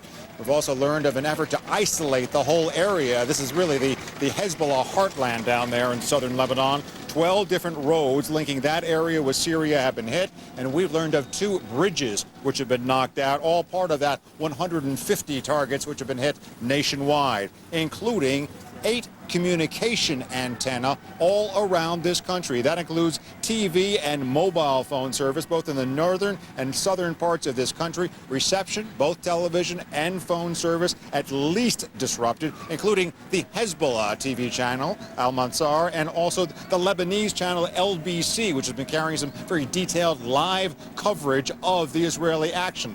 Apparently, Israel wants to create its own fog of war as it moves into this country. Also hit an oil refinery in Tripoli, Lebanon, and we believe the airport here in Beirut again. Transportation links once again in the sights of the gunners of the Israeli military. Finally, many people on the move because of all this action. We already have been talking about 500,000 people displaced. We've got to believe that number is far up now. Tens of thousands more once again on the move. Aid coming in too for the people who can't get out through this port. Tons of food, medicine, other supplies coming in yesterday and today. The trick is to get it to the people who need it. Now I turn the coverage over back to Bill Hemmer on the border, Israel and Lebanon. Bill. Thank you, Greg. High above the town of Metula, northern Israel, right along the Israeli-Lebanese border. At daybreak today, the Israeli army saying they've killed 100 Hezbollah fighters so far. In turn, over 11 days, 19 Israeli soldiers have also lost their lives. But by far, the overwhelming toll has been taken in Lebanon. At daybreak today, 370 reported to the Lebanese government to have been killed since the operation began 11 days ago. Much more along the border. Sun now setting on day 11 here in the Middle East. Brian, back to you now in Washington. Bill Hemmer, thank you, and to the rest of the team for great coverage there. Keep up the good work. Now, my next guest has been at the forefront of U.S.-Israeli relations. I'm joined now by Israeli Ambassador to the United States, Daniel Ayalon, to weigh in on the crisis in the Middle East. Mr. Ambassador, thanks for joining us here. You're welcome. The first thing that we're trying to get some details on, and again, the information is kind of cursory, is that apparently Palestinian president and the prime minister met, and they say, according to some wire reports, that there's been an agreement to stop the firing of these Qassam rockets. Not clear whether that word has filtered down to the rank and file on the street in Gaza. Your reaction to that? I don't think it has. Actually, we have received 10 Qassam rockets lately. Just overnight, we received about 10 Qassam rockets. We have not gotten any official word, and so we have to wait to see the developments. But of course, if indeed there is some kind of an agreement of ceasefire, of course, it will be viewed as a very positive step by the Israeli government. But then, of course, we have to look at the core of the issue, which is the unconditional release of Corporal Shalit, who was abducted over international lines as an act of terror and war, breaching all agreements. Now let's look up north, if we could, to the border between Israel and Lebanon. There are a lot of troops massed near the border. The question I have is that we have seen some limited incursions in and out across the border, but no massive invasion. Is that the plan for now? Absolutely. We are not going to occupy Lebanon. We have no conflict with Lebanon government or the Lebanese people. What we do, actually, I would describe as a mop-up operations to make sure that the Hezbollah positions, which were just smack dab against our borders, which allowed them to kidnap our soldiers and to kill them, would no longer be there. so they cannot return to this. So this is what we're doing. So we're going in and out, and you see the formation of battalion, brigade at the most. You will not see divisional columns, armored columns pouring into Lebanon. This will not be the case, and at the end of each operation, we'll go back behind international lines into our own land and territory. Tomorrow, the President of the United States, the Secretary of State, and Saudi officials are going to be meeting at the White House to talk about some possible plan that could bring an end to the conflict. Your thoughts about that? Well, I think the United States is the clear leader in the international community, and they're doing a great job, I think, so far, both the President and Condoleezza Rice. I think what they would like to do is to really galvanize the international community behind 1559, and I believe they have a good chance to do that. And talk of having some type of Arab umbrella in southern Lebanon, that's something that Israel would find acceptable? Well, we would look at a lot of possibilities. First and foremost, we would like to see the release of our abducted soldiers. We would like to see the end of Hezbollah as a fighting, as a terrorist force, and then we can really talk about returning or taking Lebanon back to the Lebanese people. I think this is what it's all about. Mr. Ambassador, it's always a pleasure to have you here. Thank you so much for joining us again. You're welcome. We're going to take a commercial break. When we come back, continuing coverage of the turmoil in the Mideast. We'll go back to the region as developments warrant, and we'll have continued coverage of the very difficult issues at play in this struggle.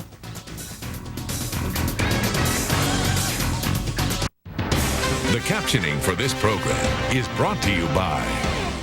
New from the makers of Head-On. Introducing Activon. Back pain? Activon. Apply directly where it hurts. Activon Backache. In stores now. Would you like to know how much cash you can pull out of your home and refinance your interest-only or adjustable mortgage to a low fixed rate? Then log on to ditech.com and use our free online e-appraisal calculator to find out how much your home is really worth. You can also lock in today's low fixed rate with no middleman or broker fees. At Ditech, we guarantee the lowest rate and fee, even if you have a credit problem. Log on to ditech.com or call 1-800-71-FIXED. We have got to cut costs, people. Ideas.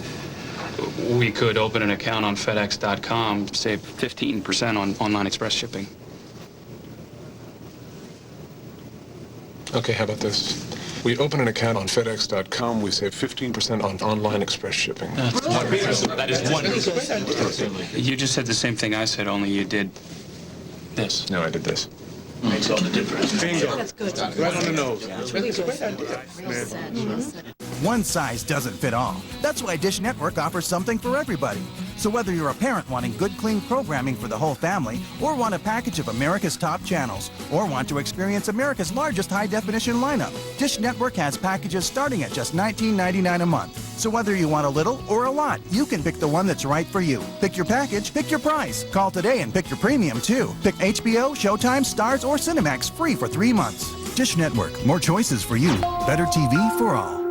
Today, it's special live coverage of the Mideast conflict. At 3, Shepard Smith is live from the front lines with the latest. Then at 4, what's Israel's next move? It's an inside look at troop strategy. Plus at 5, how bad could it get? We put the crisis in perspective. Tonight, our powerful primetime team is live with special coverage. First, what the conflict means to our security on Heartland. Then, as the impact is felt around the globe, get political fallout on Hannity and Combs. Plus, it's in-depth coverage and late-breaking reports. Greta's live on the record.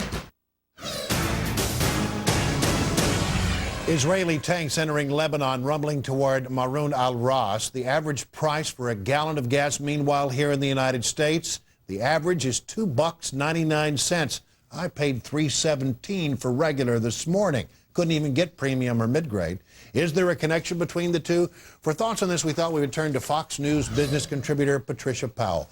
Patricia, this is going to be very much on the minds of Americans. We watch what goes on in the Middle East. We have great interest in what goes on there. But ultimately, this starts to filter down and starts to impact our pocketbooks. Of course it does. You're talking about this coming at the tail end of a 3-year rise in oil prices. The basic problem for oil has been a supply-demand issue, but right now the estimates are that we probably have a $10 to $15 war premium built into the price of oil, and that clearly filters down to you paying $2.99 or $3.17 at the pump, depending upon the state you're in, the taxes that are added on top of that. So the average guy in this country is paying not just for the supply-demand economic problems, but paying for the war premium. Well, is that figuring into other things within our economy right now? I mean, we always hear that, well, it has to really go up and stay up for a while before we start to see the widespread effects of it in our economy. Do you see any other signs? Well, yes. I think you have to consider that in the long run, the cure for high prices is always high prices, but we're really dealing with the short run right now. And if you take somebody who used to spend $25 to fill their tank and now it's costing them $50, yep. That money's got to come from somewhere, and it's either being added to their credit cards with interest building up on that, or it's coming out of savings, or it's stopping some consumption. We're a consumer-based economy. 2/3 of our economy is driven by consumer spending, so eventually the push will come to shove here. And will we see that somehow ripple into the stock market over time? Well, I think it's already rippled into the stock market. You've seen about a 400-point drop since this Mideast conflict began.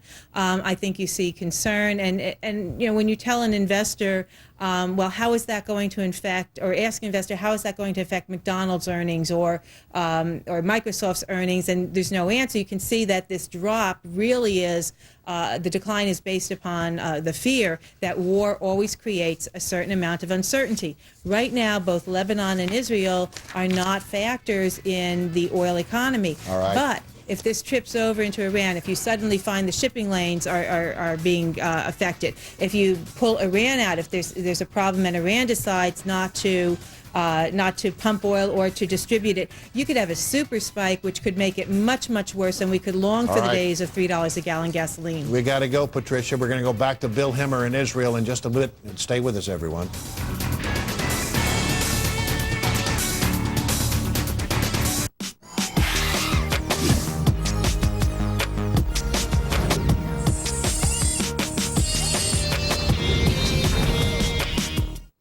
He's 50 and at risk. She's 50 and at risk.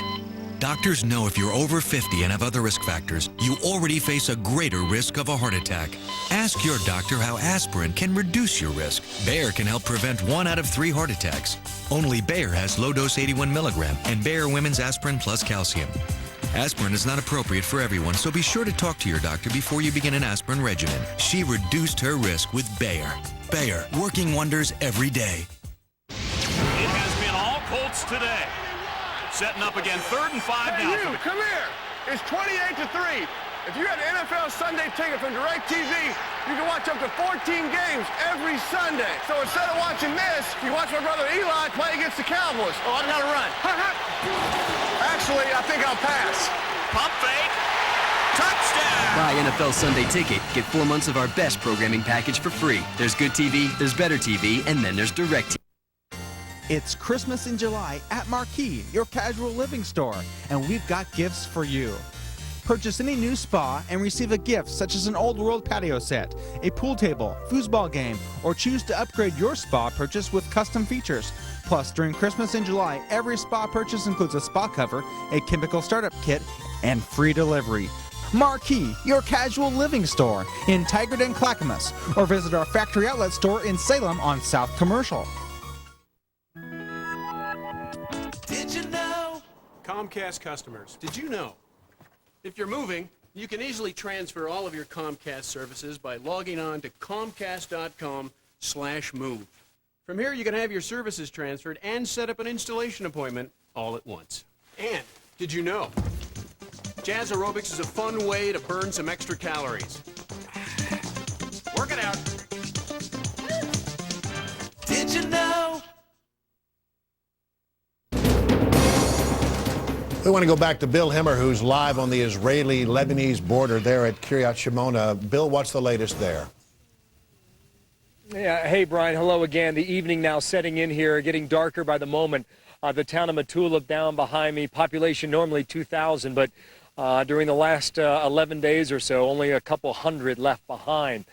We mentioned the headline last time we talked, Brian, about the number of rockets that came into Kiryat Shmona, about 6 miles down the road from our location here. And so many times these are random shots, luck basically, that are thrown up into the night sky or the daytime sky trying to hit something down there. Oftentimes they will target Israeli facilities that belong to the military that have been set up here. And to be honest with you, every time we drive around this area in northern Israel, we come across another location just about every time we get in our car and drive. They are loaded around this area of northern Israel. But today, a storage facility was hit by one of those rockets. Watch what happened as a result of that. A Katyusha rocket landed here just moments ago. The fire department has already responded off to my right. This is a military storage area, a bit of a maintenance area where they can work on equipment, be it tanks or Humvees or whatnot. Across the way here, you can see a field. We're getting reports that another rocket landed in this field over here, and there's a little bit of smoke off to my left, but several hundred yards away. If it is true that the Katyusha rockets are getting more accurate, then this would be a place they would go for. A military installation here used by the Israeli military just off the border here with Lebanon. And again, that was earlier today. What is interesting about that, Brian, is this. Oftentimes when the Katyusha rockets hit, they just simply go away and move on to another target, maybe in a few hours from now or maybe in a day or two from now. But an hour after we were in that location, another rocket came into that same garage. It missed it the second time, went off to the left on a field, but only by a few yards or so, which is obviously a concern to the Israeli military if the Katyushas are getting better and better with their accuracy. And also the fact that they simply have not knocked them out just yet. It's a major source of frustration on behalf of the Israeli military now. There are F-16s flying high above the night sky now. We can hear the constant drum of their engines up in the sky.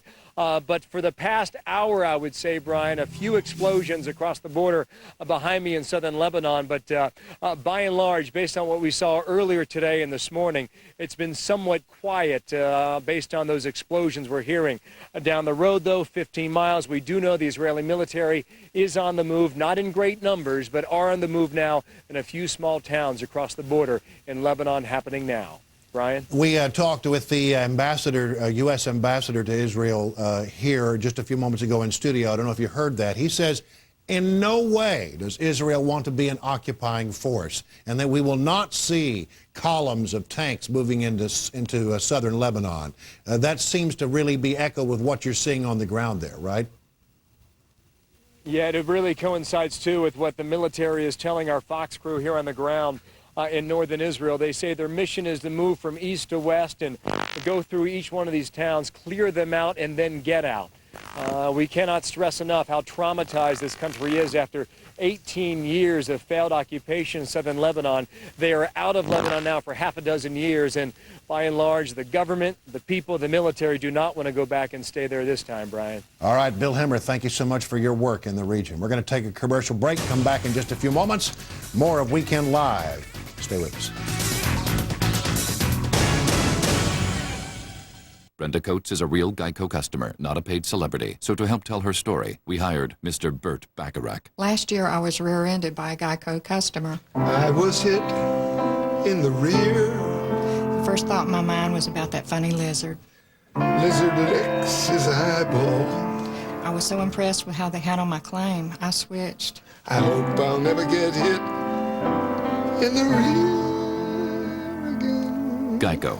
Real service, real savings. Aging skin, tired muscles, dry, cracked feet? You could go to a luxury spa to rejuvenate your skin and pamper your body, or you could bring the spa to you with Spin Spa, the spinning brush that turns showering into a spa experience. For aging skin, use the microdermabrasion head to cleanse away dead skin cells from head to toe and reveal the youthful skin beneath. Or use the mesh sponge for a more gentle exfoliation, giving your skin that clean and healthy glow every day. For tired muscles, use the massage head to soothe away aches and pains. The soft massaging fingers also improve circulation, perfect for areas prone to cellulite. For dry, cracked feet, use the salon-quality pumice stone to smooth away calluses and rough skin, so you can have pedicure-perfect feet all the time. Spin Spa comes with every indulgence you'd find at a spa, and it's great for everyday cleaning, too. Just add your favorite soap or body wash and let Spin Spa do the rest. The extra long handle makes reaching your back and lower legs easy. Who needs a spa? Now you can pamper yourself with spa luxury every day in the convenience of your own home with Spin Spa. It comes complete with the microderm head, the mesh sponge head, and the cleansing head, a $40 value for only $19.99. You also get the massage head and the pumice stone, a $20 value free. But call right now and you'll also receive the mini Spin Spa complete with everything you need to give yourself a facial or microdermabrasion, a $30 value yours free. You get the Spin Spa with all 5 spa attachments and the mini Spin Spa, an incredible $90 value, all for just $19.99. This offer is not available in stores, so call now. To order your Spin Spa, have your credit card ready and call 1-800-453-1771. That's 1-800-453-1771. Don't delay. Call now at 1-800-453-1771.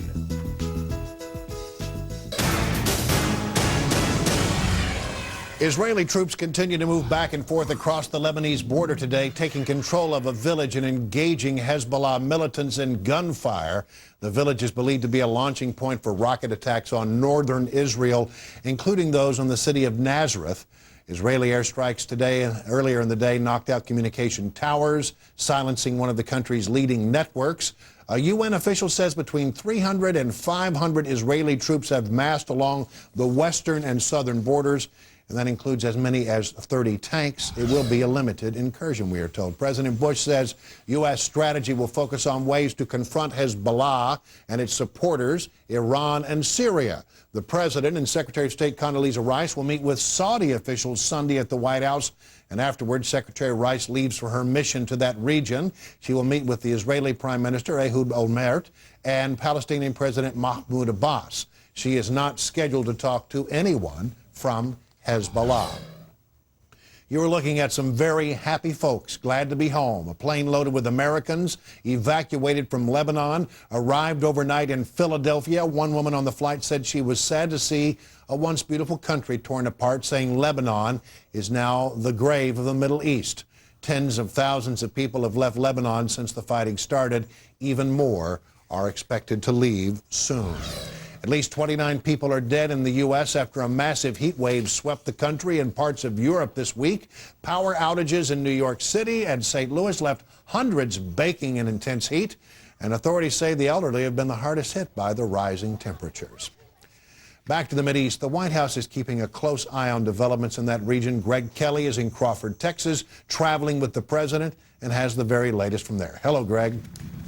Hi, Brian. President Bush taking in the strife overseas from the tranquility of his ranch at Crawford, Texas. But as you mentioned, he is paying a close attention to what is happening overseas and making some phone calls himself to world leaders. He spoke with the Prime Minister of Turkey earlier today about the humanitarian crisis emerging from Lebanon. He also spoke about the upcoming trip by Condoleezza Rice to the region. In his radio address today, the president took aim at two of what the administration believes are the main culprits in Middle East strife, both this initial crisis, this crisis we're talking about right now, and also broader problems in the Middle East, Syria and Iran. A bit from President Bush's Saturday morning radio address from today. Syria has been a primary sponsor of Hezbollah, and it has helped provide Hezbollah with shipments of Iranian-made weapons. Iran's regime has also repeatedly defied the international community with its ambition for nuclear weapons and aid to terrorist groups. Their actions threaten the entire Middle East and stand in the way of resolving the current crisis and bringing lasting peace to this troubled region. And in an effort to solve the current crisis, Condoleezza Rice will visit the region starting tomorrow. She leaves tomorrow night. First, a meeting, though, in the White House with President Bush about her upcoming plans. The Secretary of State will go to Israel, the West Bank, and Rome. It was anticipated for a while that her trip would likely take her to Egypt. However, many in the Arab world are upset that a ceasefire has not been brokered before the trip overseas. And also, she will not be engaging Hezbollah or Syria. Condoleezza Rice yesterday saying that Syria already knows what it needs to do, which is rein in Hezbollah, and Hezbollah is the source of the problem in the first place. Back to you, Brian. Greg Kelly in Crawford, Texas. Thank you much. Joining me on the phone to discuss the continuing crisis in the Middle East, one of the best experts on the topic, Dennis Ross, former Mideast coordinator. He's also a Fox News foreign affairs analyst. Dennis, we've seen some limited incursions into southern Lebanon today. The Israelis, though, not doing what they are capable of doing, showing some restraint. And we heard the ambassador, the Israeli ambassador to the U.S. say on this program a short time ago that they do not want to occupy southern Lebanon. They simply want to try to root out Hezbollah. What do you see happening there in the next few days?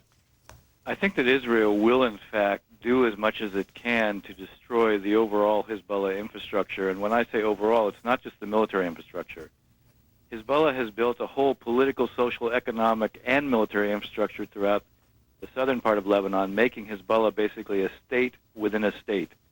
Israel wants that by the end of this fighting, by the end of this conflict, when it's concluded, it wants Hezbollah to be in a position where it's no longer a state within a state.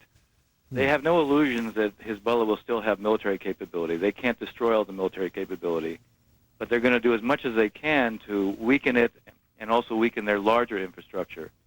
Their readiness to go in on the ground will also be affected by their expectation of how much time they have to continue to do this.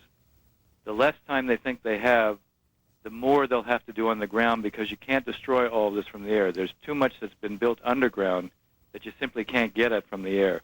So that helps explain why you're going to see some ground incursions. They'll be relatively small, they'll be intense, and the character of them will be somewhat influenced by, again, the perception the Israelis have of how much time they have to continue this operation. Well, the United States is not calling for a ceasefire. Secretary of State Rice made that very clear yesterday.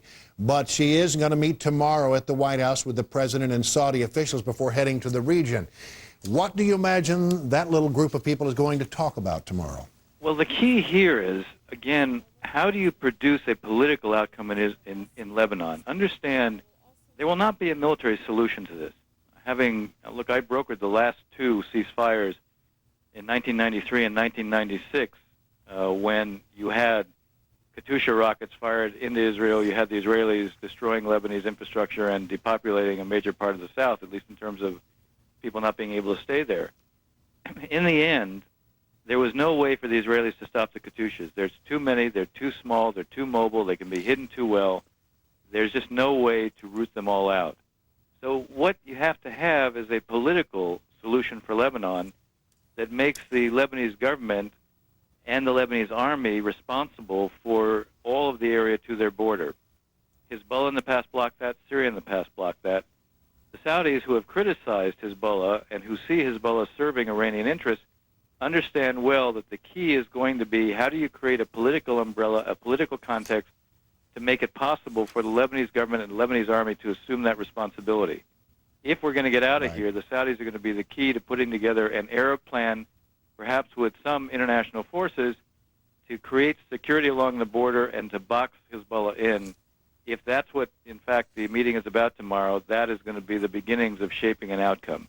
Dennis Ross, who's coming to us today from Wisconsin, we thank you so much for joining us. Pleasure. Here to discuss the current politics of the Mideast crisis, Democratic strategist and Fox News contributor Bob Beckel and Republican strategist Rich Galen from Mullings.com. Gentlemen, we just heard Dennis Ross say what he thinks is going to happen in this little meeting at the White House tomorrow with the President, the Secretary of State, and Saudi officials. How is this playing here in America politically? Bob? I think it's playing pretty well, and also let's keep in mind that there is not a whole lot of sympathy for Hezbollah here in the United States. Both Democrats and Republicans almost unanimous in their support. But beyond that, George Bush's motives here are fairly transparent, which is he wants to get rid of another group of terrorists. But I would make this point. This has all happened when North Korea now no longer on the front pages, Iran no longer on the front pages, and most importantly, domestically, stem cell veto was knocked off the front page of the paper.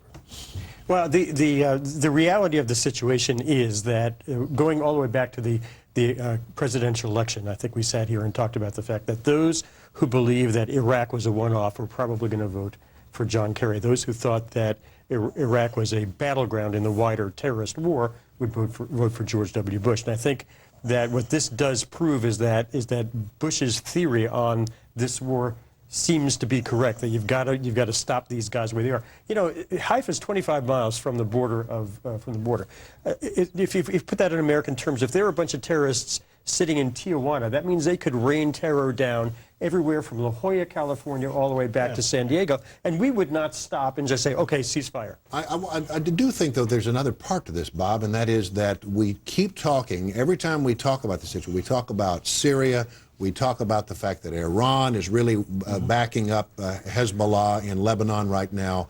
And so when you talk that much about Syria and Iran, it does reinforce the president's overall theme that there's a bunch of bad guys out there and that we need to take care of them. Well, it does reinforce the theme, but it also reinforces another issue, is why, if Iran, who is turning out now to be the biggest problem for us in that region, far more important in Iraq, why did we wait this long to do something about it? And we haven't done anything about it, by the way.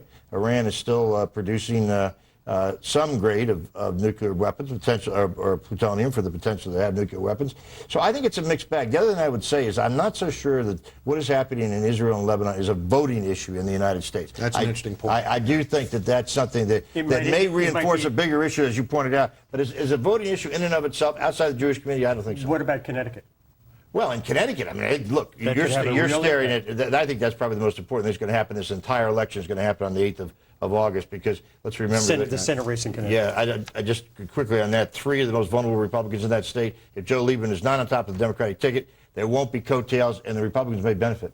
Got to go, guys. Thank you so much. Reports the U.S. is fast-tracking an order of precision-guided missiles to Israel. Is this just military business as usual, or is there something more to it? Plus, we've been checking in with him all day long, and he's there with some breaking news. Bill Hemmer will give us more. And there's Jamie Colby. Hello, Jamie. Hi there, Brian. Coming up at the top of the hour, our correspondents and anchors are all throughout Israel and Lebanon and watching the action on the border every minute as it changes. We'll have it live for you. That's coming up at 2 p.m. Eastern on Fox News Live. See you then.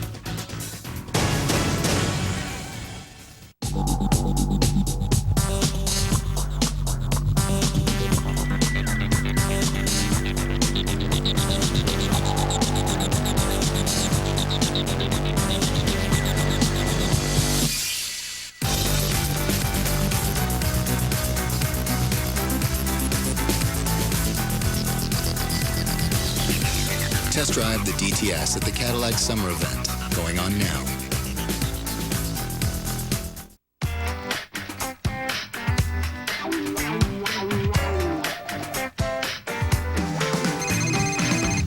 The Home Depot is giving you a good reason to decorate your ceiling.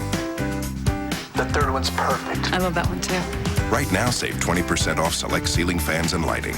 With so many styles from brands like Hampton Bay and Hunter, you're sure to find the perfect accent for your room. Only at the Home Depot. You can do it. We can help.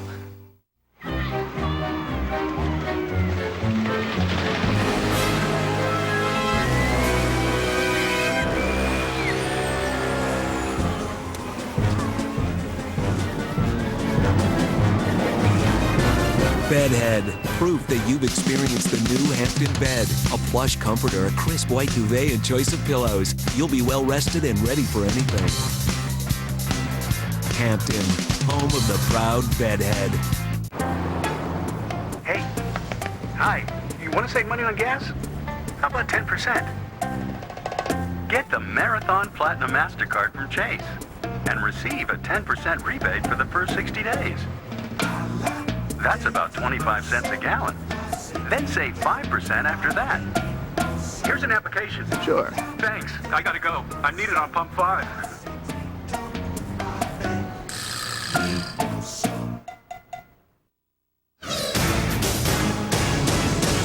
The United States is now rushing a delivery of precision-guided bombs to Israel as the Israeli continue their incursions in Lebanon to wipe out Hezbollah. Bob Sellers joins me in Washington with the latest on that. Hello, Bob. Hi, Brian. Yeah, Fox News has confirmed that the U.S. is sending an order of precision-guided missiles to Israel. Israel requested that shipment of those arms, which includes satellite and laser-guided bombs like the so-called bunker busters. High-tech missiles would help reach deeply embedded Hezbollah installations, which open up to fire rockets and then close these huge concrete covers on top of them. The bunker busters dig deep into the ground with one explosion after another. Well, the Israelis will find it absolutely indispensable as they drop them from their F-15s. And if they didn't have it, it would take very long and very bloody operations to be able to go into these facilities and clear them out. The other reason for the new precision missiles is Israel's desire to minimize casualties of Lebanese civilians. In an area where you're going to strike where you might have civilian casualties, you want to minimize those. You want to hit that target exactly, not 500 meters this way or 50 meters that way, but precisely on the target that you're trying to hit. The Israeli deal to buy the arms was actually approved last year, but the delivery may expose the Bush administration now to critics who say, hey, the U.S. is taking sides even as it's trying to play peacemaker. But backers say there's no doubt that we support Israel and oppose Hezbollah. We've always been a supporter and a supplier of military equipment to Israel. We always will be, but in this particular case, it's even more important because of the threat not only that Hezbollah poses to the Israelis, but certainly because of the threat Hezbollah poses to us, the United States, and our other friends around the world.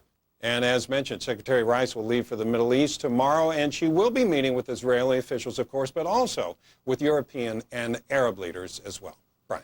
All right, thank you very much, Bob Sutters. I want to go back to Bill Himmer, who's live on the Israeli-Lebanese border. Bill, apparently, are you there? Hello, Bill. Bill? All right, apparently we do not have Bill Himmer. As you can imagine, when you are working long distance like this, dealing with phone circuits and satellite trucks in remote locations, it doesn't always go as smoothly as you might imagine. We're going to have to take a commercial break. We're going to come back in just a moment and talk to Bill, hopefully reestablish our communication link with him. Stay with us.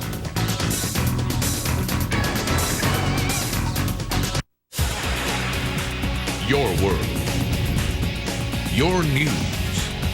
Fox. Batteries Plus is your one-stop source for anything that needs a battery. Cars and trucks, DVD and MP3 players, cordless phones, children's toys, watches, and every other battery-powered gadget imaginable. And no matter what kind of cell phone you have, we can answer the call. Because if it needs a battery, all you need is Batteries Plus, America's battery experts. Batteries Plus on Canyon Road in Beaverton and in Portland on Southeast 82nd. And at 30th and Northeast Broadway. Pay to watch me saw a woman in half. Of course, it's just a trick. Sometimes people like to be fooled, but not when they purchase a vehicle. They don't want phony come-ons or bait and switch. That's why Saturn of Salem has so many happy customers. You get an unbeatable deal straight up, and our commitment to your complete satisfaction. The best Saturns ever built and the best customer service. You'll find it at Saturn of Salem. Save hundreds of dollars by switching car insurance. Yep, I'm the guy. Must be, because every day they tell me about a bazillion people who switched on TV, radio, billboards. They show me entire stadiums worth of people who switched. But Progressive Direct shows you side-by-side comparisons of competitors' rates and services, so you can see if their services are worth the savings. Those gazillion people should call Progressive, because no one likes to be wrong. Think easier. Think Progressive. One chick, one chicken dinner. 6 chicks, 6 chicken dinners. 1 is good, 6 is better. Especially for NASCAR Nextel Cup Series racing. Now you can add not just 1, but 6 channels of in-car coverage, plus data, telemetry, and team audio, all with NASCAR in-car, only on digital cable. Order today for just $69. Call 888-SPORTS-IN today. When it comes to sports, we're on your team. The satellites are working in our favor once again. Bill Himmer standing by on the Israeli-Lebanese border with more of what's going on. Bill, let's talk more about these incursions that the Israelis are doing across the border into Lebanon. They go in.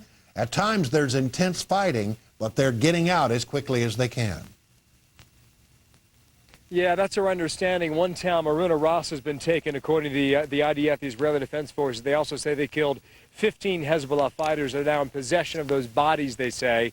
They're also in possession of a number of captured Hezbollah suspected fighters as well in that town. There's another town nearby, Brian, called Bint Jebel, and there's a high ground. They have taken that high ground, that hill that overlooks Bint Jebel. So that's part of the action that's been reported so far. Just across the border in southern Lebanon. Looking down the northern Israeli valley tonight, Brian, we can see a number of fires still burning. 3 different ones within eyesight here. In fact, some videotape from earlier today. A number of Katyusha rockets, 20 plus, coming into Kiryat Shmona throughout the day today, and one of them literally ticked the top of the ridge line here, which basically makes the borderline between Israel and Lebanon on that part of the border, and it ignited a fire that was very strong. And the winds that come off that ridge line, Brian, especially as you move through the afternoon hours, just continue to fuel those flames. 2 different airplanes taking shots at that fire, trying to control it and contain it. They did a pretty good job, a little bit of embers burning in the nighttime here, but for the most part, that flame has been extinguished. Back here live for a moment. I want to show you what I think is a pretty interesting picture just across the Lebanese border, Brian. It's about almost 9 o'clock in the evening here. Past me is the town on the Lebanese side of El Hia.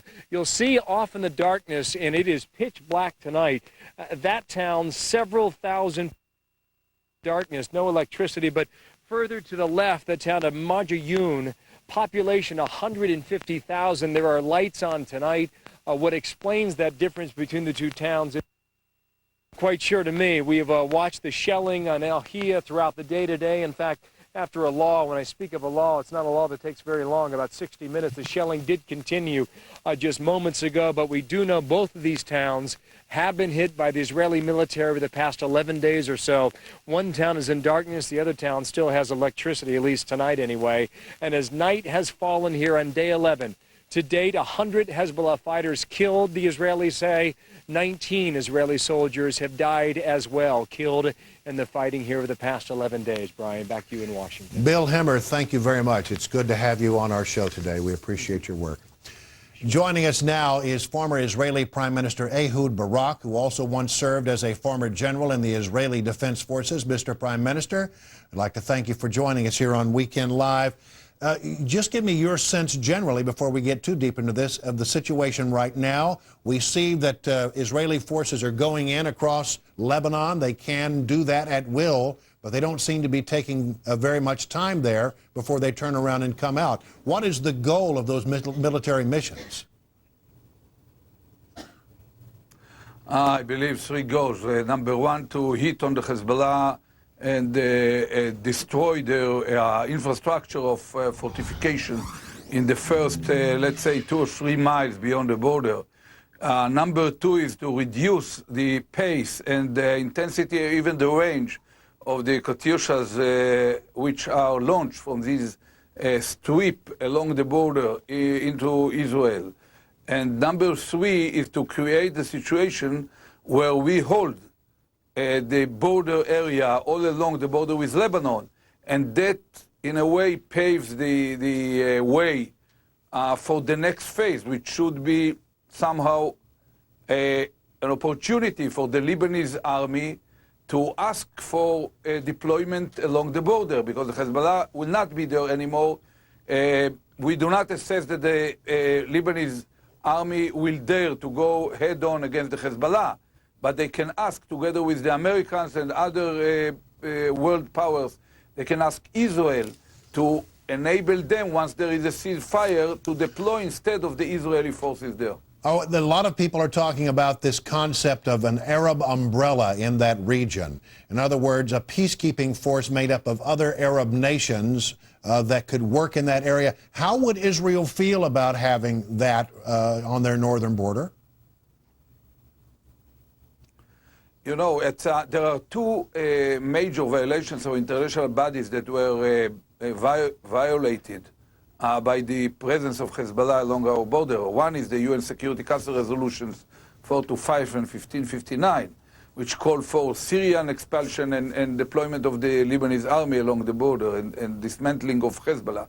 But the other is the Arab League resolution called the Taif Agreement, named after a city in Saudi Arabia, which was launched more than a decade ago with the aim of pushing all the foreign forces out of Lebanon, both Israel and Syria, and allowing the Lebanese government to exert its influence and dismantling all the militias. Now, Taif had been executed, implemented only partially. Syria left after we left, and the Lebanese army did not dismantle Hezbollah. All the other militias, there were some 30 of them, dismantled, only Hezbollah remained. Now the time has come, and it makes sense because the Arab governments want it to impose it upon the Hezbollah to dismantle their military infrastructure. I want to ask you about this other new development down on in the Gaza area. The Prime Minister and the President of Gaza have gotten together. The Palestinian Prime Minister and the Palestinian President and the Palestinian Prime Minister have had a meeting. There are some indications that they now might be willing to stop firing Qassam rockets into Israel. Have you heard anything about this, and how would you react to that news? Yeah, we have heard about it. It is supposed to take place in 4 hours from now, so time will tell whether this is serious or just another rumor or probably a trick to create some feeling of goodwill when Secretary of State Condoleezza Rice is heading toward the region, and at the same time to try to trigger Israel into stopping its own activities in order to release the abducted soldier Gilad Shalit and to stop the launching of rockets into our southern cities. So probably they just need time to regroup, and we have to consider it even if it happens, but I'm not sure that it will happen. All right. But let me add one point in regard to the previous question, not to be understood in a wrong way. I don't think that a force made of Arab armies alone will be able to operate there. Probably some European nations, France, Italy, Germany, if they are ready, together with Turkish Muslims, could do a better job. Ehud Barak, we thank you so much for joining us from Israel. Israeli troops are massing along the Lebanese border. Stick around. We'll bring you continuing coverage on the crisis in the Middle East coming up next. Stay with us, everyone.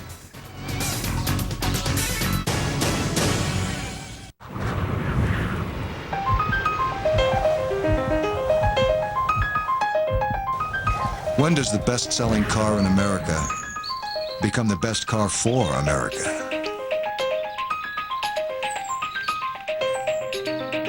When does an engine become an engine of change? Introducing the first ever gas-electric Camry with hybrid Synergy drive. It's time to move forward. I learned a lot when I found out I had high blood pressure, but I didn't know it could lead to erectile dysfunction. Having diabetes changed my life, but I didn't know it could lead to ED. Guys should know that having certain health conditions like high blood pressure or diabetes may lead to ED, and that Levitra can help. Doctors know Levitra works for men with ED, even those with high blood pressure or diabetes. Levitra is only for men healthy enough for sexual activity. If you have heart problems or are on alpha blocker therapy, talk to your doctor before taking Levitra. Do not take Levitra if you take nitrates for chest pains, as this may cause an unsafe drop in blood pressure. Side effects may include headache, flushing and stuffy or runny nose. To avoid long-term injury, seek immediate medical help if you experience an erection lasting longer than 4 hours. If you have any sudden decrease in vision, stop taking Levitra and call your doctor right away. Imagine what Levitra can do for you. Talk to your doctor. The more you know about ED, the more you'll want to know about Levitra.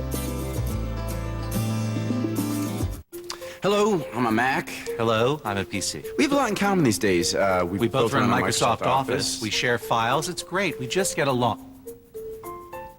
PC. Yep. Okay. Hi, I'm a PC. Okay, we're past that. We moved beyond that. Yeah, I had to restart there. You know how it is. No, actually, I don't. Oh, what? Macs don't have to. We had him, then we lost him. I'm gonna go get IT. Keep an eye on him. Hey, Goodman. What's up, yo? I got the new BlackBerry from Sprint. Check out how fast I can download big files. I get my big files fast. Really?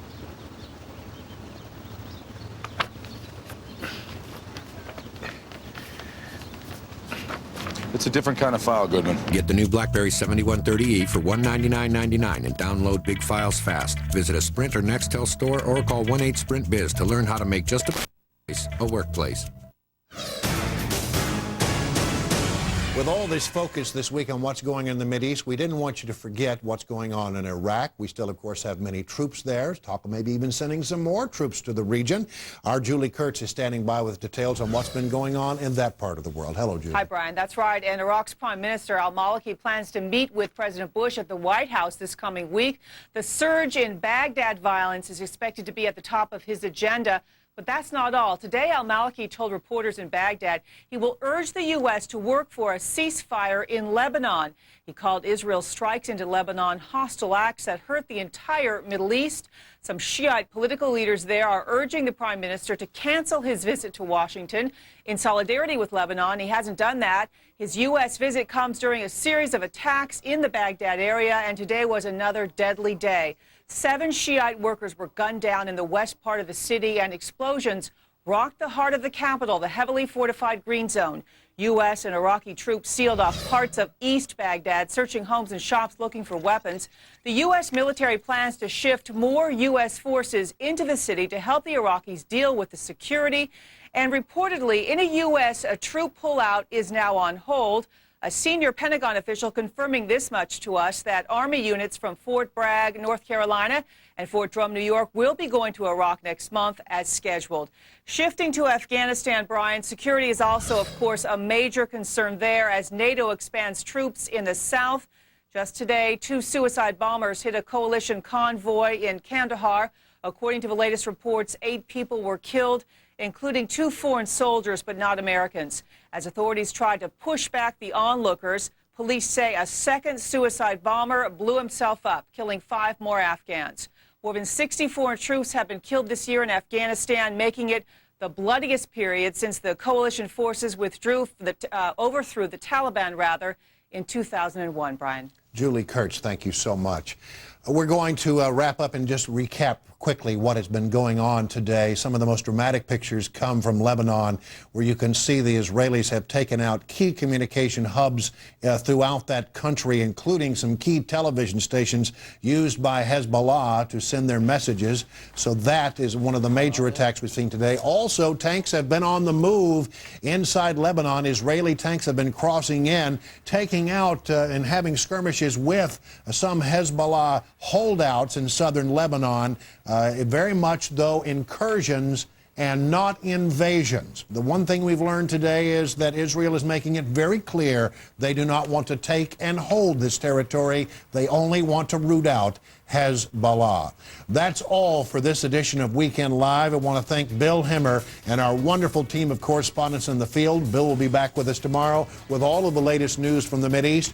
We'll also be joined tomorrow by Newt Gingrich, who will join me stateside with his assessment of how this is all playing out domestically. Weekend Live kicks off at noon Eastern, 9 Pacific. Thank you so much for joining us. See you back here tomorrow.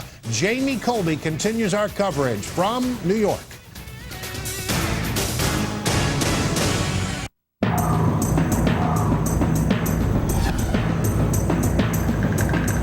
I'm Jamie Colby, and this is Fox News Live. Hundreds of Israeli troops move into southern Lebanon today. The army clearing at least 13 villages along the border, telling Lebanese civilians to get out.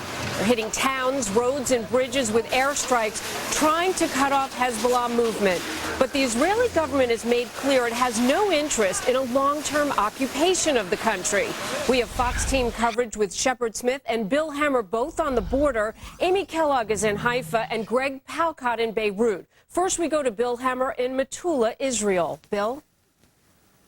Jamie, good evening. Night has fallen here. We are high above the town of Metula, northern Israel, the northernmost town before you hit the border with Lebanon.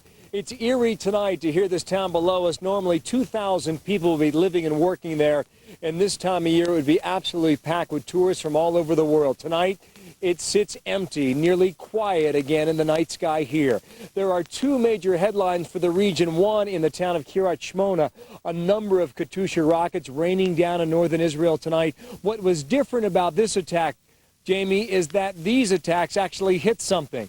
Oftentimes they land in the fields or fall harmlessly onto the hills around the area, but this time they hit a garage facility used by the Israeli military. What's significant about that is the next hour another rocket came in the exact same place and just veered to the left, a few feet to the left, and missed the storage area. But what that signals, at least that particular aiming device, was very effective at finding its target here in northern Israel. That's not been the case so often with these rockets raining down in northern Israel. The other story that you'll hear a lot about throughout the hour here is the incursions that have now been made in the southern Lebanon. Maroun al-Ras is a small town on the Lebanese side of the border. The IDF, the Israeli Defense Forces, saying they occupy that town now, and they also occupy a hill close by and another town in that area as well.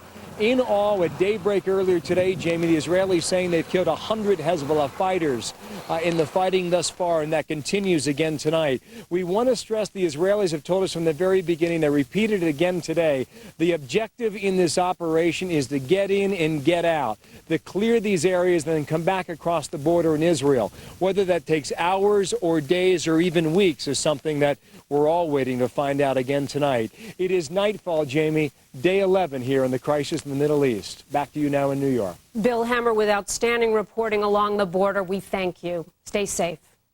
Also on the front lines, our anchor, Shepard Smith. He is on the border of Israel and Lebanon. And Shepard, you have been there in Kiryat Shmona right now for so long now. What are you feeling today as you've watched all of this unfold? Jamie, I think the big picture is sort of coming into play, and it begins with the capture of those two particular soldiers right along the border. Right after they were captured, they sent a tank in to try to get them back. That tank was blown up, and on it 4 people were killed. Immediately, the IDF, Israeli Defense Forces, would not talk about such a thing, would neither confirm nor deny. We later found it to be the truth.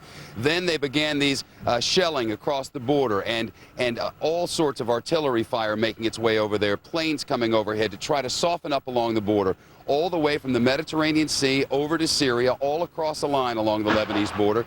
They did that for days and realized quite obviously now that it wasn't effective enough to take out all the Hezbollah fighters. The next step was to put in special operations forces, some of which had been in before. Teams of 2, 4, 6 people who went in over the border to try to take out Hezbollah positions, Hezbollah materials, plug Hezbollah tunnels. As they did in more than one instance, they were ambushed, and in more than one instance, Israeli forces were killed, and they had to run out of the country with gunfire behind them. The next level was this larger force in the same sort of areas about which Bill Hemmer was speaking just a moment ago. That's been going on for the better part of the last day or so. Instead of small forces, much larger one, backed up with tanks, air fire overhead as well. The idea, yet again, to try to accomplish what they've been trying to accomplish without success from the very beginning, that is to soften up the border, take out the fighters, remove their positions where they can send Katyusha rockets over the border, take out the tunnels where they hide and the positions where they crouch. So far, they've been able to overtake, or as Bill Hemmer put it, occupy some of those areas. Occupation is the last business the Israelis want to be in on. They promise now that this is not an invasion. There will not be a long-term occupation. This is not a ground invasion of the south of Israel. Well, some of the things they don't talk about are the reports that we're getting now from the other side. Hezbollah now says they've knocked out 3 Israeli tanks. We don't know about casualties regarding those or whether anyone might be hostages. IDF will not comment on such a thing. We have no way to confirm or deny. But according to our bureau here, we're taking those incidences seriously until otherwise proven. So far, they've not been. I suppose the headline could be, this could be a very difficult slog for the Israelis. South Lebanon has been a place where they have found great misery and great anguish over the past 2 decades. They went in 1982 and 1983 expecting to stay just a short time. 18 years later, they ran out with their tails between their legs. The hope is that this time it will not happen. The Arab mentality is now, they can't do much. We've got their number. They can't fight terrorists and haven't been able to since the 70s. Time will tell. Right now, we're too close to it to know exactly where they are, Jamie. Shepard, you've spent time with the Israeli army there at the border. Do they give you a sense of how much they think they have reduced Hezbollah's strength at this point? They do. They believe that they say publicly that they've reduced Hezbollah's strength and forces and munitions by 50%. The other side quite vocally saying that's just not the case.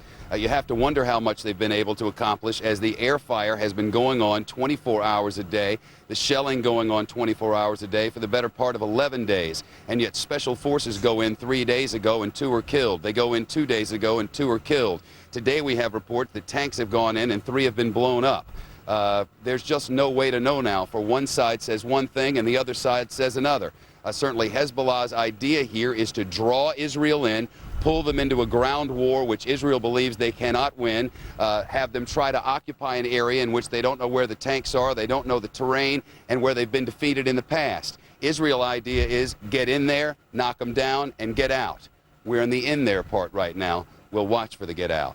All right, Shepard Smith, in the middle of it all, we will see you at the top of the hour on Studio B. Thank you. And the Hamas attack that arguably sparked this current crisis, the kidnapping of Israel's soldier Gilad Shalit, the teenager taken on the border between Gaza and Israel nearly a month ago. In an interview with Shepard Smith, Shalit's father called on his son's captors to set him free.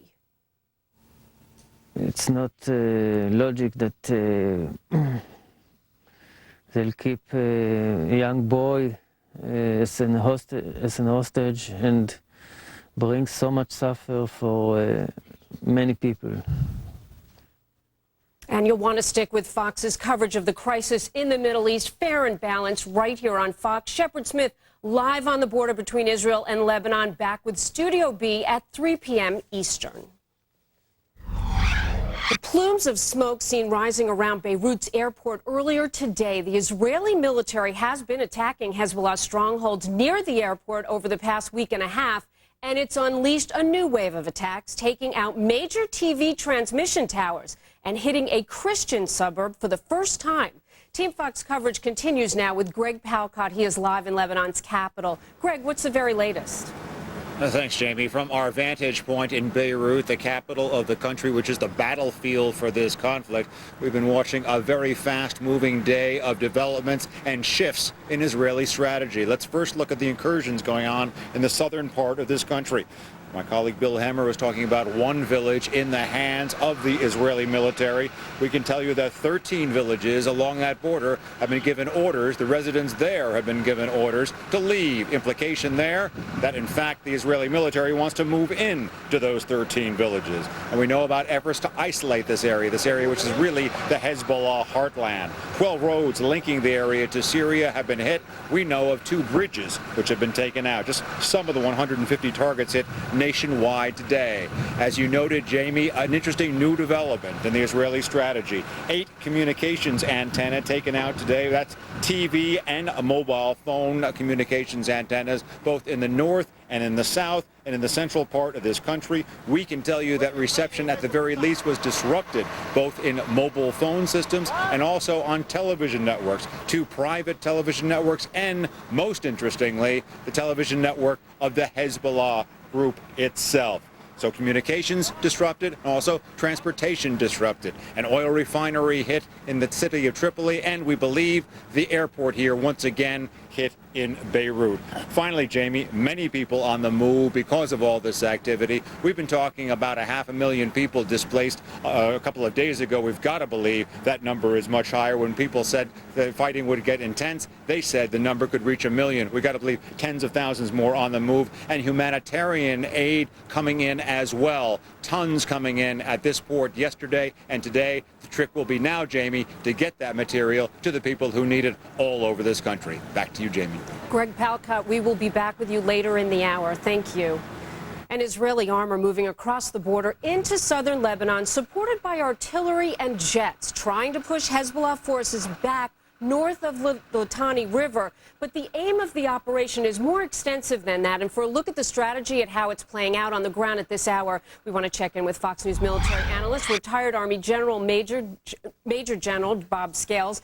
And General, I wanted to ask you, Shepard Smith brought up the fact that there are these bunkers. The Hezbollah spent about 6 years building these underground fortresses. They're way underground. How big a concern is it for the Israeli army going in right now to locate them and destroy them with what they have?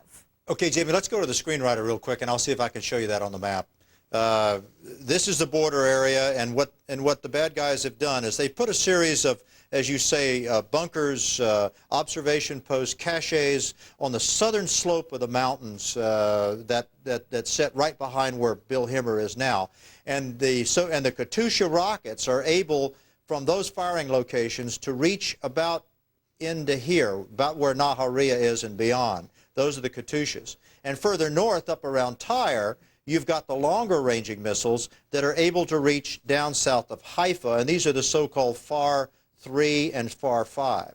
The problem that you have is that the Israelis have their artillery positions here, and they're only able to range about into that area, and that's with their M109 howitzers. And so you've got essentially a duel going on right now. But the problem right now, Jamie, is that the Hezbollah is getting more and more accurate because they're able to observe the fire, and it's very, very difficult to take these out with artillery fire simply because most of these weapons are dug in. They're so-called shoot and scoot rockets. They'll come out, set them up, launch them, about a 40-second time in the position, and then pull back. So what the Israelis have to do now is move forward from their positions with armor and light reconnaissance units, find these areas in these so-called search and clear operations, clean them out, and then turn around and return south of the border. And this is a very, very dangerous operation because, as Bill and Shep have said, the bad guys have been in there for 6 years preparing to defend that piece of ground. As the Israeli strategy then of going in and this pushback of Hezbollah up to the Litani River, talk to us about how effective that could be. Why not just, drop at that border location within that range and fight from there? Why the need to push back? Because doesn't Hezbollah then have the opportunity to come back in? Well, they do, and I don't think there's any evidence right now that they'll go all the way to the Litani River, but I think you've got to be able to clear the ground. You've got to be able to root out these caches, destroy the launchers, destroy the Hezbollah observers, and all of the infrastructure, command and control infrastructure in there, because if they're not able to do that, then as soon as they pull back, they'll create a tactical vacuum that the Hezbollah will then move south of the Litani River and reoccupy, and then the battle will simply just continue. Major General Bob Scales, we want to ask you to stick around. We're going to be back with you later in the hour to talk a little bit about what Israel has in its arsenal. Thank you. Thanks, Jim. Air raid sirens earlier today in Haifa. Hundreds of thousands of Israelis are hiding in underground shelters from incoming Katyusha rockets. And tens of thousands of Lebanese civilians are moving north away from the battle along the border. We're going to be back on the front lines in just a few moments.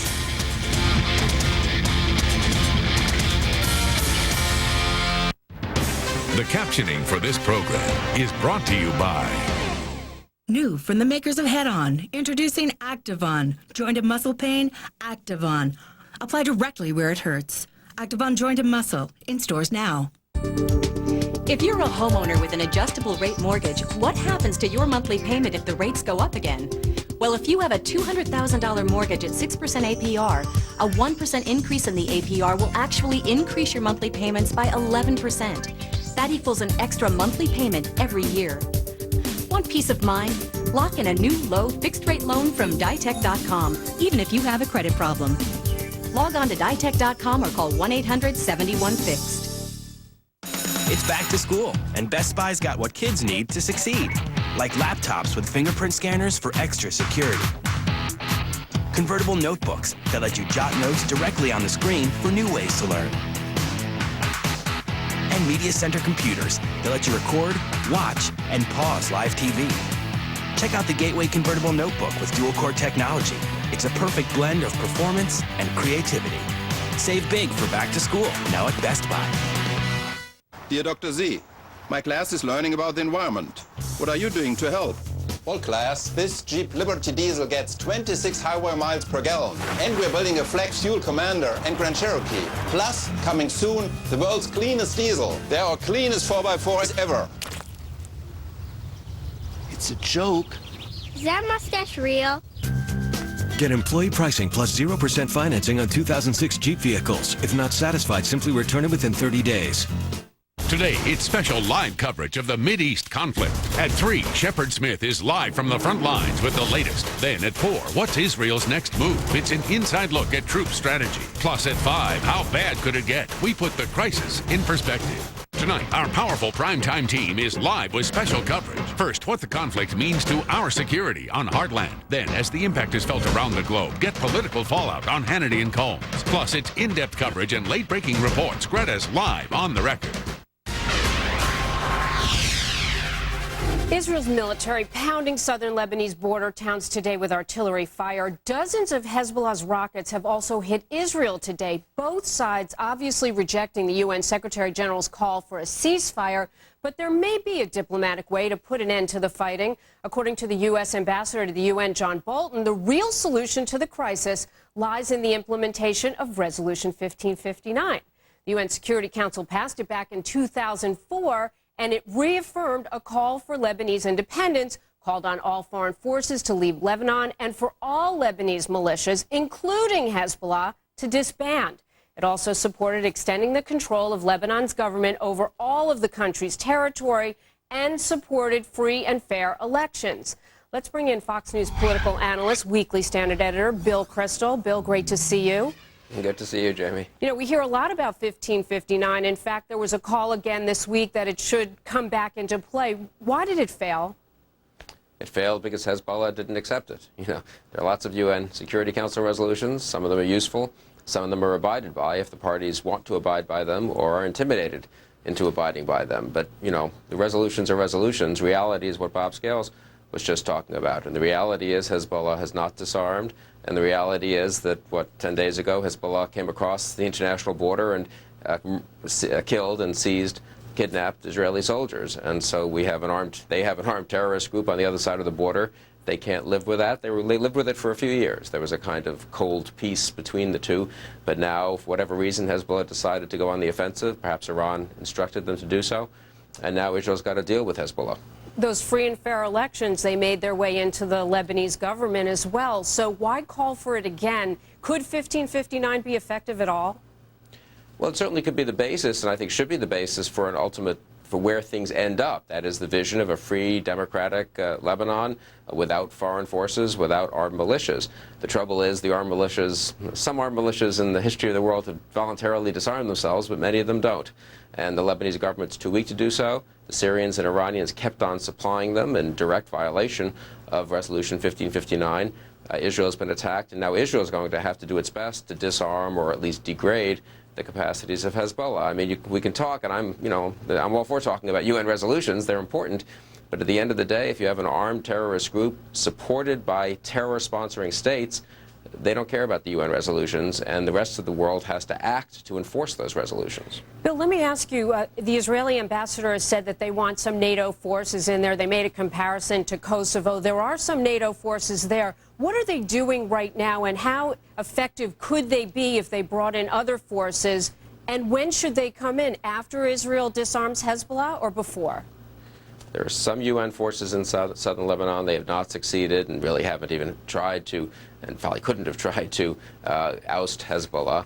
In Kosovo and in Bosnia, UN forces, NATO forces came in, not UN forces, UN forces and NATO forces in different cases came in, but only after the Serbs, in the case of Bosnia, were defeated on the ground by the Croatians in 1995. So if you want to use that parallel, Israel needs to defeat Hezbollah. They need to get Hezbollah on the run. It would be awfully useful to eliminate some of the senior leadership and remove an awful lot of the missile capacity. Then one could imagine the Lebanese government, aided by some kind of international force, perhaps establishing sovereignty over the South. All right, Bill Kristol, thank you. My pleasure. Let's take a live look at Beirut. There is smoke seen rising from areas around the airport today after another Israeli airstrike. Lebanese television, though, taken out. Another live look at the border, too. Kiryat Shimona, Israeli troops on the other side in Lebanon now. We're live on the front lines. Next on Fox News Live.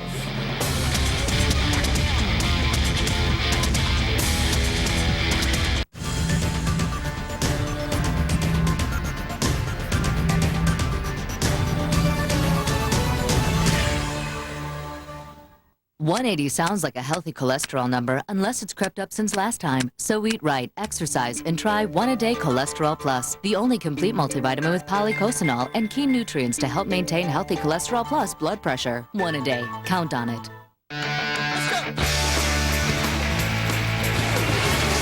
There's only one that's completely natural and liquid cool.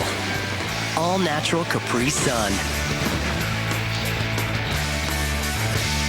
As you can see on my chart here, sales have exceeded... What is that? Small business owner. They come in looking for loans. But we only care about big business. Quarter. Our cash... Whoa. Our cash... Do they normally catch on fire like that? Yeah, let's get some lunch. Does your bank think small about your small business? Call Capital One instead for no-hassle business loans, lines of credit, and credit cards. Hello, Capital One. What's in your wallet? Oh, I want a loan. I want a loan. It's Christmas in July at Marquee, your casual living store, and we've got gifts for you. Purchase any new spa and receive a gift such as an old world patio set, a pool table, foosball game, or choose to upgrade your spa purchase with custom features. Plus, during Christmas in July, every spa purchase includes a spa cover, a chemical startup kit, and free delivery. Marquee, your casual living store in Tigard and Clackamas, or visit our factory outlet store in Salem on South Commercial.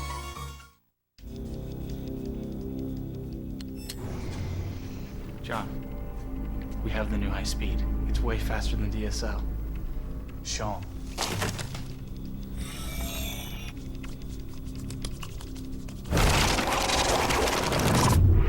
It's a pagoda. Tell me you have more.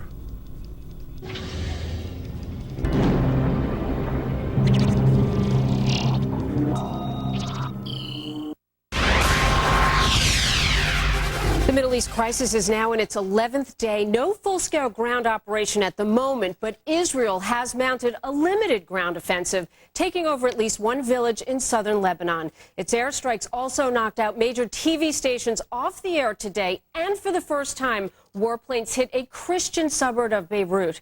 U.S. lawmakers are looking for a solution to the crisis. A congressional team led by Michigan Congressman Peter Hoekstra is heading to the region this weekend. And for more on their mission, we're joined by Jay Footlick, former senior advisor on the Middle East and Jewish affairs for the Kerry Edwards campaign, also former special assistant to President Clinton. And Frank Donatelli is here, too. He's a Republican strategist. Gentlemen, welcome. Thank you. Jay, talk to me about this congressional delegation. Do you think it's interesting that they are not necessarily diplomats per se, but more on intelligence committees, and basically they're the ones making the trip? Well, I think it's fitting and appropriate that they're members of the Intelligence Committee. After all, it's important for them to get a first-eye look at what's happening up close and personal. It's a little hard to assess the situation from across the ocean. And most importantly, it's the perfect time to show support in a bipartisan way for our most important ally in the war on terror. And Frank, let me ask you what you think they can accomplish. Yeah, Jamie, I think they're going there less as diplomats than they are to carry the message that was just said, and that is that the United States, both political parties, the executive branch and the Congress strongly support Israel and support Israel's right to security and oppose international terrorism funded by Iran and, in this case, undertaken by Hezbollah. So I think they're sending a message that the American people and the American government are united on this point. Who are they going to talk to, Frank? They are going to talk, as I understand it, not only to Israeli officials, but there will be some Arab officials there, some Jordanian and Palestinian officials also. Obviously, a lot of these governments want to keep a lower profile, but I think it is interesting this time, Jamie, that many Arab governments have been critical of Hezbollah and Iran and have not automatically taken an anti-Israel position. No, I'm glad you brought that up, Frank, because, Jay, at the same time that they've been critical of Hezbollah, there have been some in the Arab world that have been critical of the United States. That's true, but the fact of the matter is that the United States understands that this is the same war on terror that we are fighting. Whether it's al-Qaeda or Hezbollah or Hamas, it's the same Islamic fanaticism. We have to stand by our ally Israel at this moment of of great need. And if we don't take this stand now, 6 years ago, if we had taken a stronger stand, if the international community had stood up and forced Hezbollah to disarm, perhaps we wouldn't be in this situation today. We're not going to make that same mistake again. Frank, as Secretary Rice makes her way to the region, before she goes, she meets with the president. They meet with some Saudi envoys. What will they accomplish there? Well, the Secretary has already said that her primary mission is not to broker a ceasefire, but as you said earlier, it was to create conditions whereby the UN Resolution 1559 can actually be implemented. I think her goal probably in the short run, Jamie, is to reassure Saudi Arabia and some of the other moderate or at least not anti-reflexive Israeli governments that the United States is going to stay strong here and is dedicated to trying to eliminate or substantially degrade Hezbollah as a military force. Jay, Ambassador Bolton had said yesterday that Syria and Iran can no longer be ignored. Is there a practical way to deal with those countries? Well, listen, I think while Israel is engaging in this strong military effort to degrade Hezbollah's military capabilities, I think the United States has to press hard and firm in making sure that the world community holds Iran and Syria responsible for what is happening there, and make sure that this is not a diversion from Iran's nuclear capacity being built up, and takes a strong stand to make sure that we limit their ability to influence, to rearm, to re-engage in this part of the world. While our influence, in a sense, over the last several years has diminished for a variety of reasons, the Iranians have been able to increase their influence in this very critically important region, and we need to stop that now. All right, we need to let that be the last word. Jay Footlick and Frank Donatelli, thanks to both of you. Thank you. Well, the Mideast battle is raging on 11 days now. Hezbollah firing rockets as the sirens blare in Haifa and Nahariya and Carmiel. Israel's military is unleashing another wave of attacks by land, by air, and by sea, and we're covering this crisis from all the angles. On the Gaza front as well, there's word a ceasefire may be in the works nearly a month after militants kidnapped an Israeli soldier, sparking an Israeli offensive in the region. We have the very latest developments live right here on the most powerful name in news, Fox. Right. But a talking gecko, why? I'll tell you why. Because people trust advertising icons. Some bloke tells you to go to geico.com and you're like, really? And just who might you be? But a gecko, he can be trusted. I ask if you want to save hundreds on car insurance and you're like, yes, thank you. Mind babysitting my kids? And I'm like, of course I'll sit with the kids. You're like a brother to me. Geico. 15 minutes could save you 15% or more on car insurance. You grip, you turn, you slip. Yuck! There must be an easier way to open that can. Introducing the One Touch Can Opener, the fast, easy way to open cans. The One Touch Can Opener is totally automatic. Just place it on the can, press the button, and your can opens in seconds. Amazing! Look, manual can openers take so much twisting and turning, it can be almost impossible to open a can. But with the One Touch Can Opener, you just touch and go. It's that easy. Best of all, it works on any size can, small, medium, or large. Nothing is easier than the One Touch Can Opener. Watch out. With ordinary can openers, that lid is sharp enough to slice your finger. But the One Touch cuts from the side, so there's no sharp edges, and the lid can never fall in. You'll never have to dig that dusty, germ-filled lid out of your food again. Leftover pet food? The lid pops right back on the can to store in the refrigerator. That saves you money. My arthritis actually made it painful for me. But with the One Touch Can Opener, I can push a button and the can is open for me. Move over, bulky can openers, and say hello to counter space. Just press and go. Nothing is faster or easier. The One Touch Can Opener really will be the last can opener you'll ever have to buy. Now, on this special TV offer, get the One Touch Can Opener for the breakthrough price of just $19.95 with a money-back guarantee. If the One Touch isn't the easiest can opener you've ever used, just return it for a full refund. Call right now and we'll also include the Grip Mate, absolutely free. It's perfect for every hard-to-open jar or bottle. Just grip, twist, and pop. Stop struggling with those other can openers. Get the One Touch Can Opener and touch and go forever. Here's how to order. Have your credit card ready and call 1-800-535-4197 to order the one-touch can opener for just $19.95 plus shipping and handling. As a special bonus, you'll also receive the GripMate absolutely free. So call 1-800-535-4197. That's 1-800-535-4197. Call now. There's a nasty line of thunderstorms ripping through parts of Massachusetts, knocking out power to thousands. There are strong winds. They've snapped trees off their roots, and they're knocking down power lines outside of Boston. At least one person seriously hurt after lightning struck a nearby tree. The National Guard is on cleanup duty in the gateway to the west. Wicked storm slamming St. Louis earlier this week. Now the Guard's hauling tree trunks and branches out of city streets. Locals saying it was some of the worst power outages they had ever seen. Some people still without power.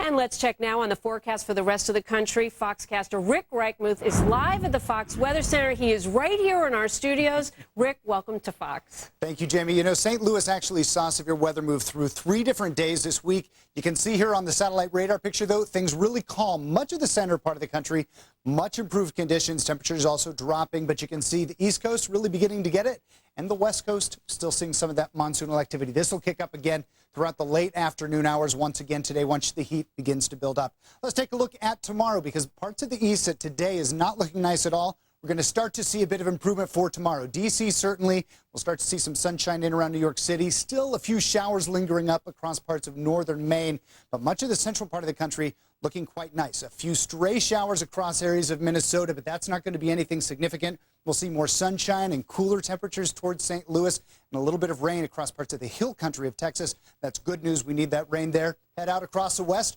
Mountainous areas, once again, we'll see some of that monsoonal activity and more comfortable temperatures. Head to the desert, so those temperatures are breaking records. We saw 118 in Phoenix yesterday, with typically should be down around 107. And tomorrow we'll be looking at 100 degrees in towards Spokane. Jamie. Thanks so much, Rick.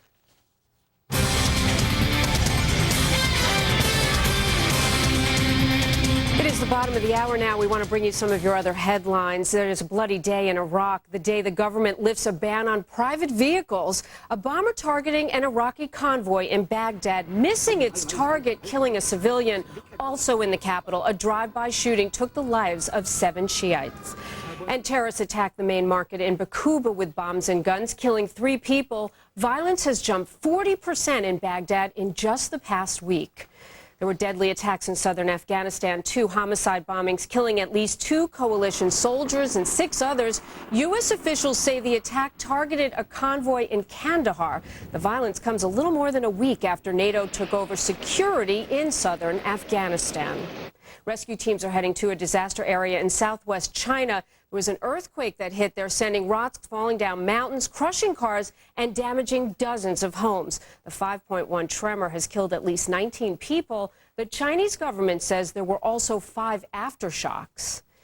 And former President Reagan's former ride, restored and put on display at his California ranch. The late president drove a Subaru Brat on the ranch for 20 years. It was sold to a buyer in Georgia, but then brought back by Young America's Foundation, which owns and runs the ranch now. Ain't she sweet? Well, Israeli foot soldiers packed in armored carriers. They are forging through a fence and storming southern Lebanon in a limited incursion. Israeli airstrikes took out some Lebanese TV stations and targeted key Hezbollah hideouts. Hezbollah guerrillas strike back with a rocket barrage on an Israeli base. Those reports coming in. Sirens sounding as well over Haifa, though so far no new explosions there. And in Gaza, talk of a Palestinian ceasefire. We're all over it with Team Fox coverage, and we have our reporters for you live. Amy Kellogg is live in Haifa. Greg Palcott's across the border in Beirut. David Lee Miller's live in Gaza, and Greg Kelly's traveling with the president. He's in Crawford, Texas. And I want to start with you, David Lee, and the very latest on this possible unilateral ceasefire. Well, there was a report on one of the wire services earlier, Jamie, that said that there was going to be a unilateral ceasefire that the militants had agreed to. We checked with Hamas, Islamic Jihad, as well as the Al-Aqsa Martyrs Brigade, all of those militant organizations telling us that they have in fact not agreed to any such ceasefire, and adding that the struggle, the resistance here against Israel was in fact going to continue. What we did find out was that there had been a meeting between the Palestinian president and the Palestinian prime minister, and that they had agreed on the diplomatic idea of a ceasefire that would take place at midnight. But the militants themselves, Jamie, they are completely unaware of any such agreement. Furthermore, we just received word from the Israeli government here that even if the militants agreed to a ceasefire, in other words, they stopped firing rockets across the border into Israeli towns and cities, Israel is going to continue its military action in Gaza until that kidnapped soldier is returned. So as of now on the ground, Jamie, not a great deal has changed. Okay, thank you so much, David Lee. And Amy, I wanted to ask you, I was curious about this with all of the rockets fired into Haifa and the alarms continuing to go off. Since Haifa has been an area, Amy, that's continued to get hit, is there any sense from people there that maybe the capability of Hezbollah is not beyond Haifa, deeper into Israel, as even though they've claimed to have Hezbollah's leader, Nasrallah, saying surprises? I think a lot of people are concerned that there are, in fact, missiles in Hezbollah's arsenal that could hit Tel Aviv. But there's also, Jamie, even speculation that they would need the specific green light from the Iranians to fire one of those missiles. Right now, I think people in Haifa are more or less just concerned with the fact that this city has become such a target. It's densely populated, Jamie. It's strategic. It's got a port and a lot of industry.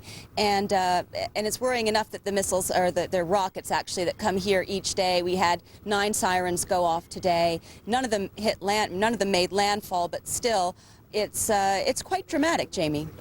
And let me move on to you, if I could. Greg, you are in Beirut, and you talked earlier about humanitarian aid coming in. What exactly is coming in, and what is it that the people really need there?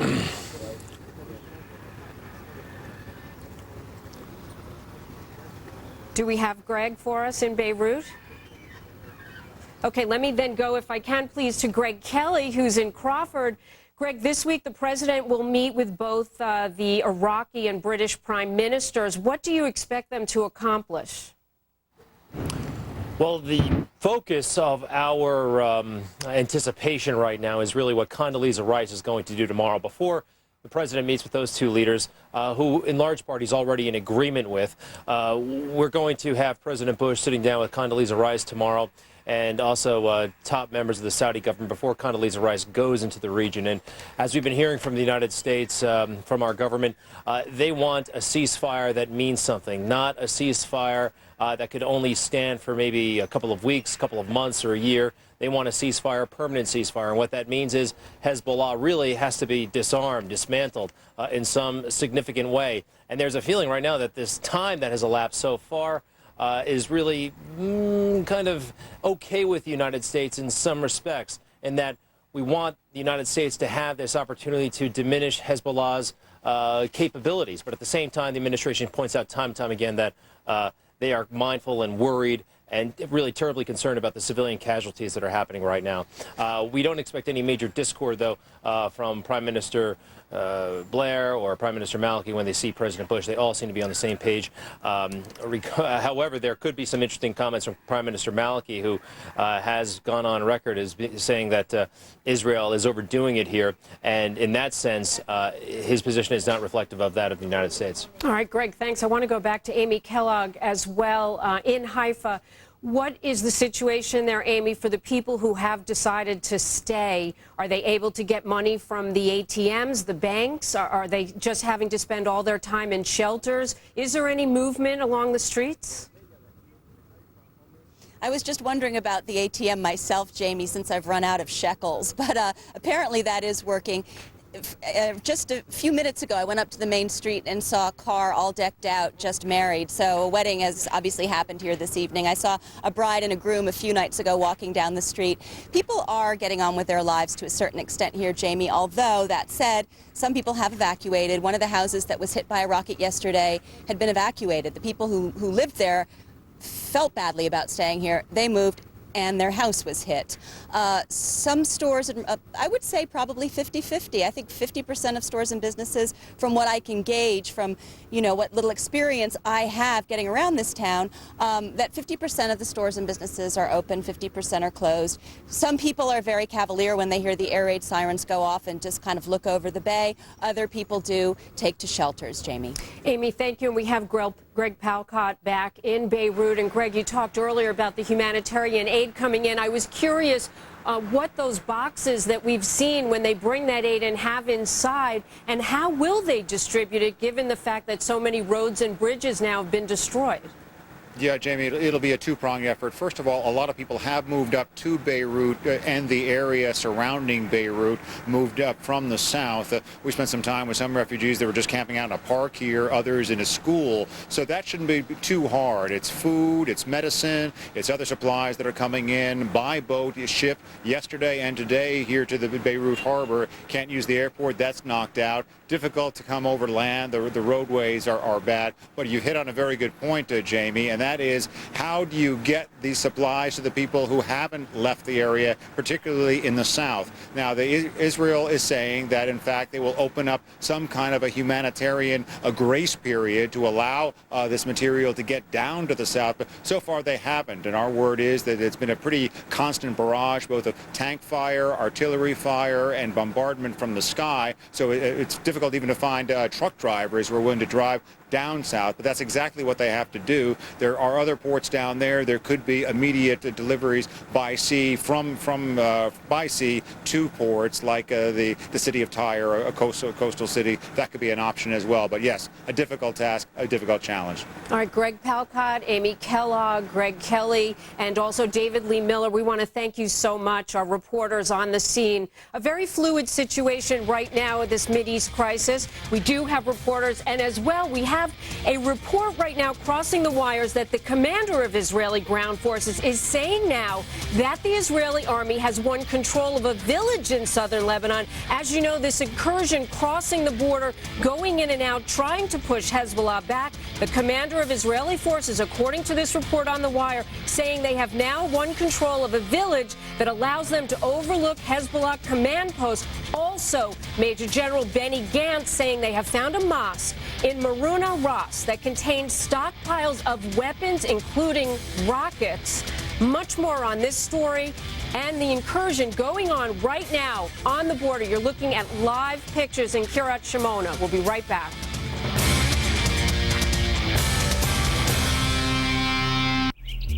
"24/7 access, simple process, and great home equity rates. That's why people who use eLoan are getting the message around. Those are just some of the revolutionary ways we're changing the lending industry. eLoan, radically simple. Women, at last, heighten your sexual intimacy. Introducing Zestra for Women, a patented blend of all-natural oils clinically proven to heighten sexual arousal and pleasure. Arouse your sexuality with Zestra for you and your relationship.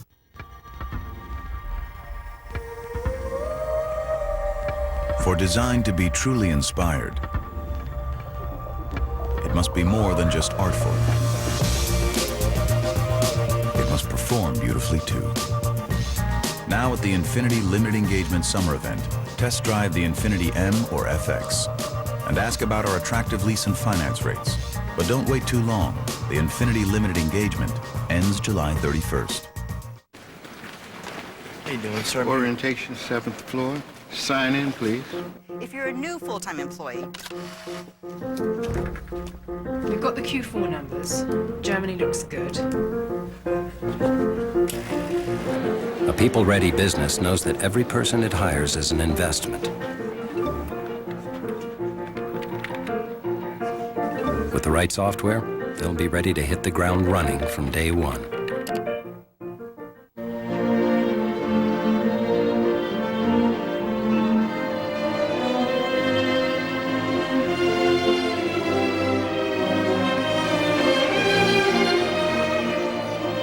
Isn't freedom a wonderful thing? I'm Lou Gentine of Sargento Cheese. And our Sargento Deli Slices make it easy for you to enjoy the authentic flavors of sliced deli cheese without standing in line at the deli. Sargento, our family's passion is cheese. we've been telling you about how the Israeli forces have been lining up at the border, their goal to go into Lebanon and push back Hezbollah. Now a report crossing the wires that the Israeli Defense Forces have actually taken over a village in southern Lebanon, one that will allow them to overlook Hezbollah command posts. Also, Major General Benny Gantz is quoted on the wires saying that the soldiers have located a mosque in Marun al-Mas that contains stockpiles of weapons, including rockets. Basically, he's saying that the forces have completed more or less their control of that area of the village, and there have been lots of strikes against the terrorists. This reportedly from a news conference in Tel Aviv Saturday night. It is nightfall, obviously, there. You're looking at live pictures right now of Kiryat Shmona and also of Beirut as the fighting continues in this Mideast crisis. Let's go right to Fox News military analyst, retired Army Major General Bob Scales. Your impression, sir, of this report? Hi, Jamie. Let's go to the screenwriter just for a second, and I'll show you exactly what they're talking about. What's happened is there are about 12 villages that are in the valley just across the border. And this is not to scale, but behind those villages is a very long series of ridge lines, one here and one here. And what Hezbollah has done is they've put observation posts on top of these ridge lines, and they've put firing positions behind these ridge lines. And so if you're going to dominate the border area, if you're going to stop these Hezbollah rocket attacks, and you have to capture those key villages, press on, capture the observation posts that are behind the villages on those hilltops, and then begin to remove the Katyusha rockets that are hidden away in caches and in mosques and in caves and in houses in order to clean it out. If you don't do that, then on the ground with infantry forces, then the enemy will just continue to come back and reoccupy those positions. General Scales, Fox News has confirmed this report that the Israeli Defense Forces have taken over this area of South Lebanon, giving them a good position to watch what the Hezbollah command posts are up to in that area. Let's talk a little bit about what the Israeli army has in its force. One of the things is this Merkava 4 tank. How powerful is it?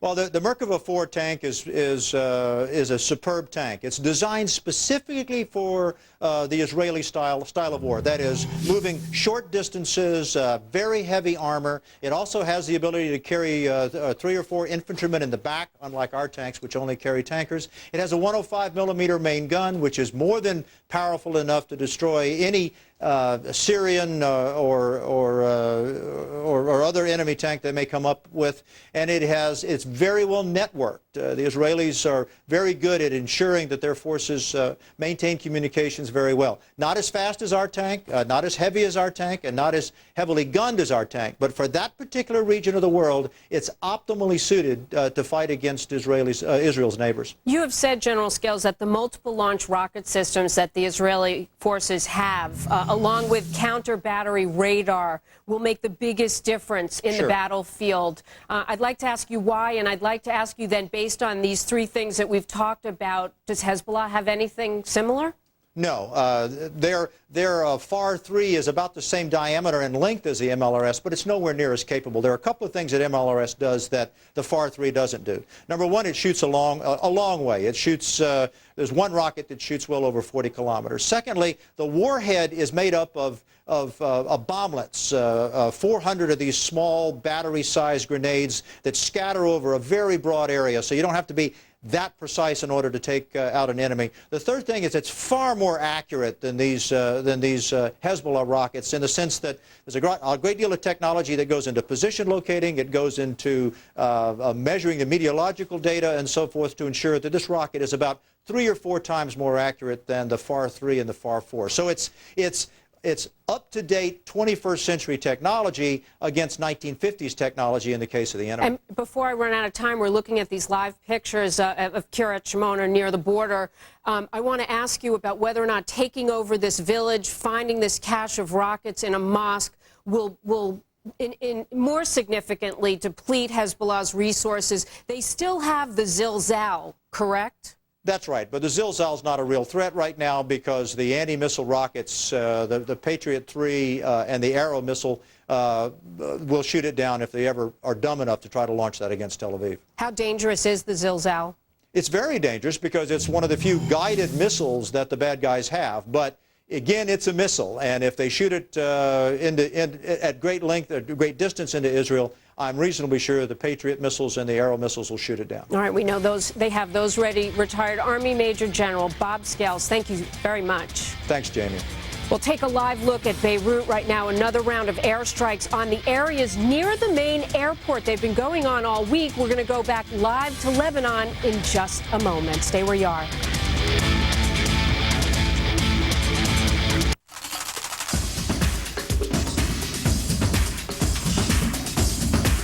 Because Fox is where the news is. Batteries Plus is your one-stop source for anything that needs a battery. Cars and trucks, DVD and MP3 players, cordless phones, children's toys, watches, and every other battery-powered gadget imaginable. And no matter what kind of cell phone you have, we can answer the call. Because if it needs a battery, all you need is Batteries Plus, America's battery experts. Batteries Plus on Canyon Road in Beaverton and in Portland on Southeast 82nd. And at 30th and Northeast Broadway. 24/7. Come. New Prudential real estate signs. Now with Yahoo, very powerful. You'll need to reload. More than usual. Our exclusive relationship with Yahoo Real Estate has produced this. Now you can show your home sellers how many buyers are looking in their neighborhood, in their price range. Even viewing their home online. The future of real estate is in your hands. Prudential Real Estate and Yahoo together. The future of real estate now. New Subaru should be fun, don't you think? And it is at Wentworth Subaru City, our brand new dealership in the heart of Portland. Smiling faces, super service, and more. More Outbacks, more Foresters, more of the new B9 Tribecas. 6 acres of selection and great pricing too. Come see why our customers say, I went and it was worth it. Wentworth Subaru City, 4 blocks south of the Convention Center. Mark Henry destroyed Batista. A champion, crushed and injured. I am the world's strongest man. Now, at the Great American Bash, Batista is back. It's time to unleash the animal. Batista returns to face Mark Henry. The Great American Bash, live Sunday, July 23rd on Events in Demand pay-per-view.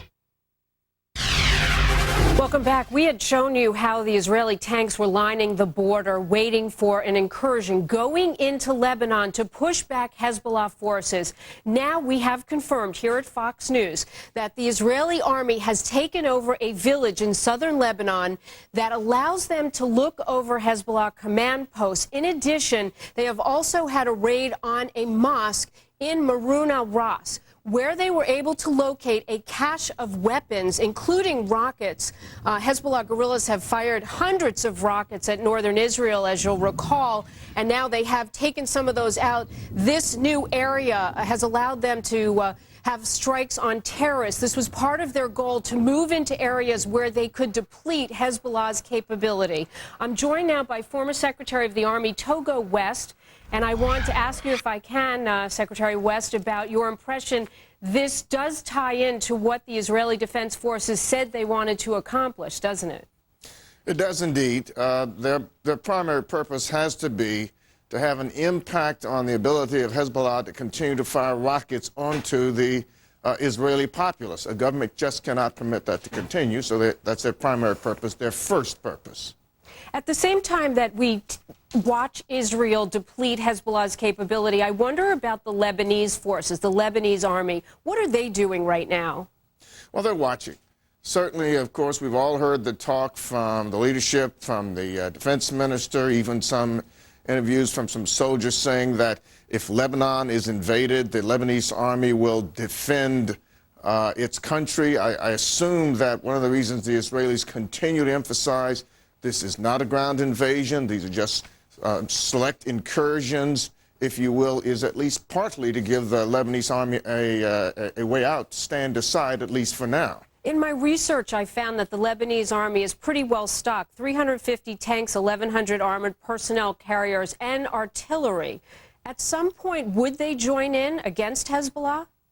Well, they're a 60 to 70,000 person force. In many respects, I think both Israeli military and our own military don't think they're much of a threat to the Israeli army. Obviously, anything added into the total can have an effect. But there is the political problem, of course, the divisions within the Lebanese army. So they may be stocked. My own view, they're not likely to join in this event. What do you think about the Israeli strategy of going in and coming back out with these incursions?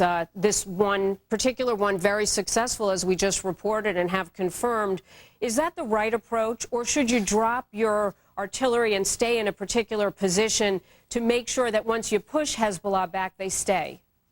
I don't know of any army in the world that fully states publicly what it's going to do.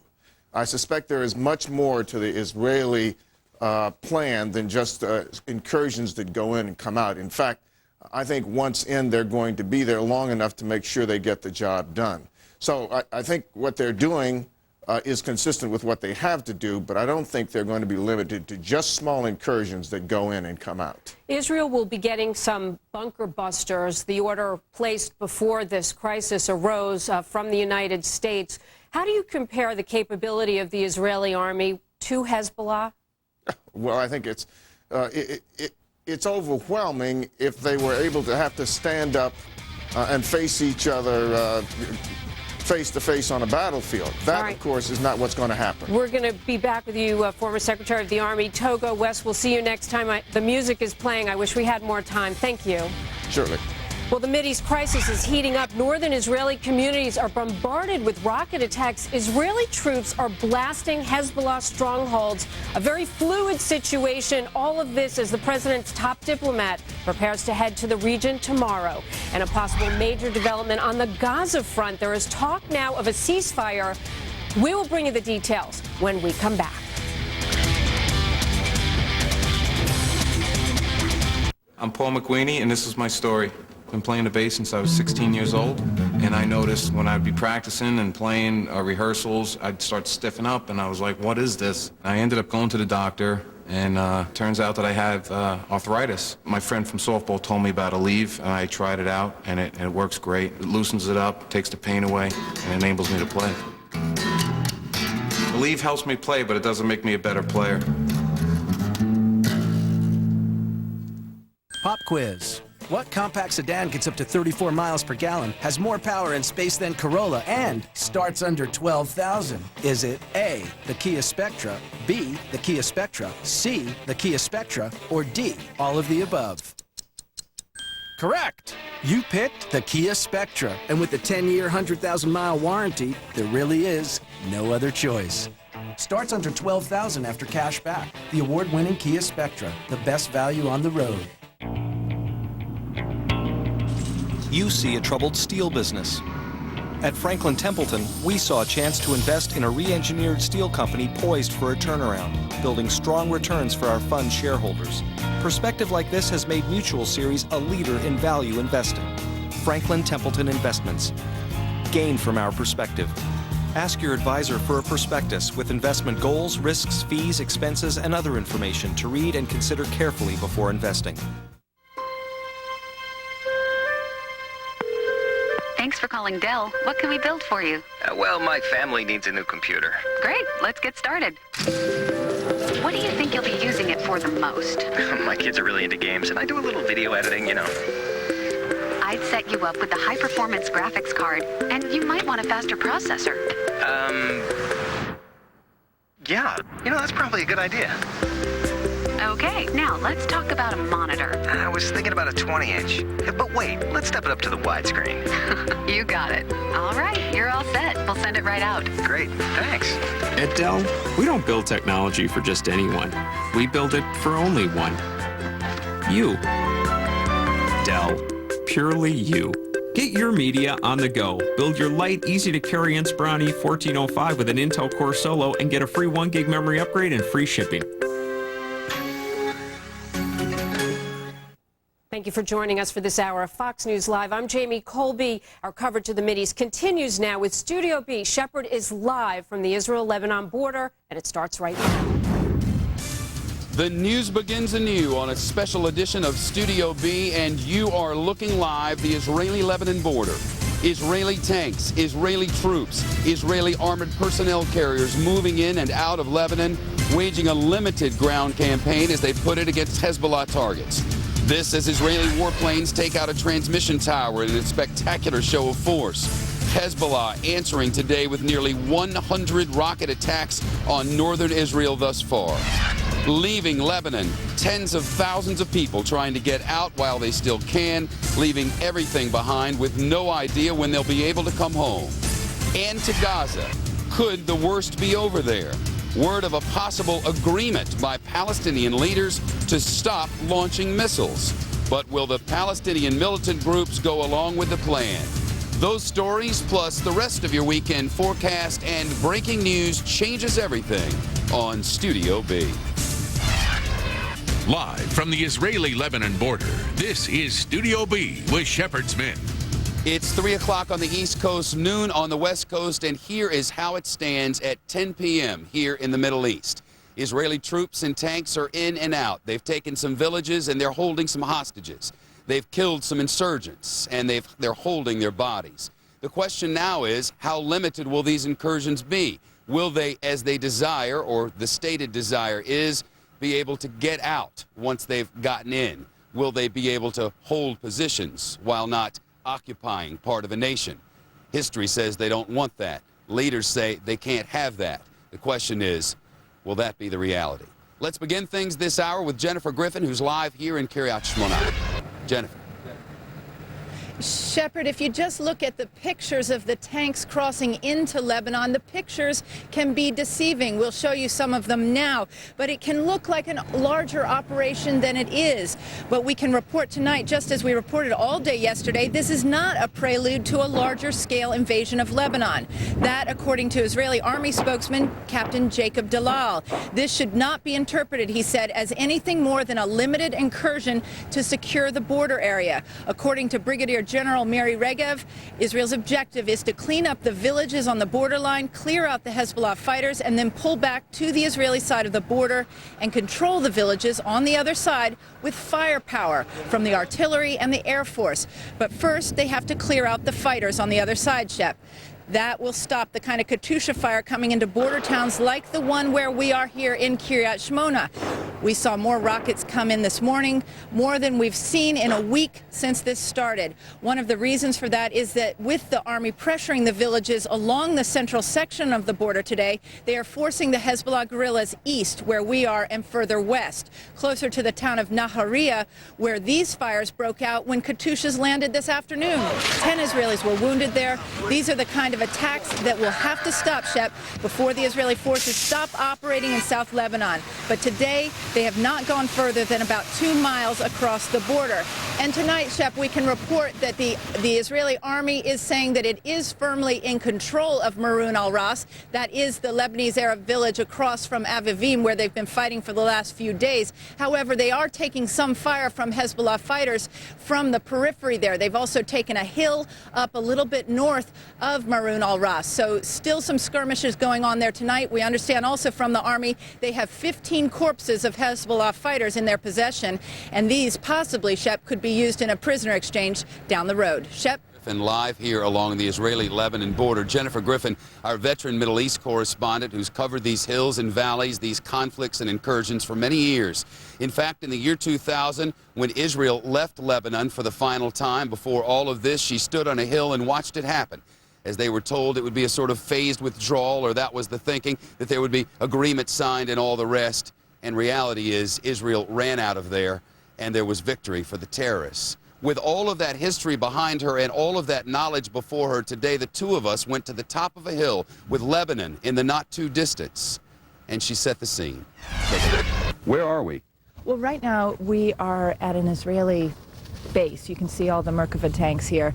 We're right up on the Lebanese border. I'll take you over here and you can see where the border is.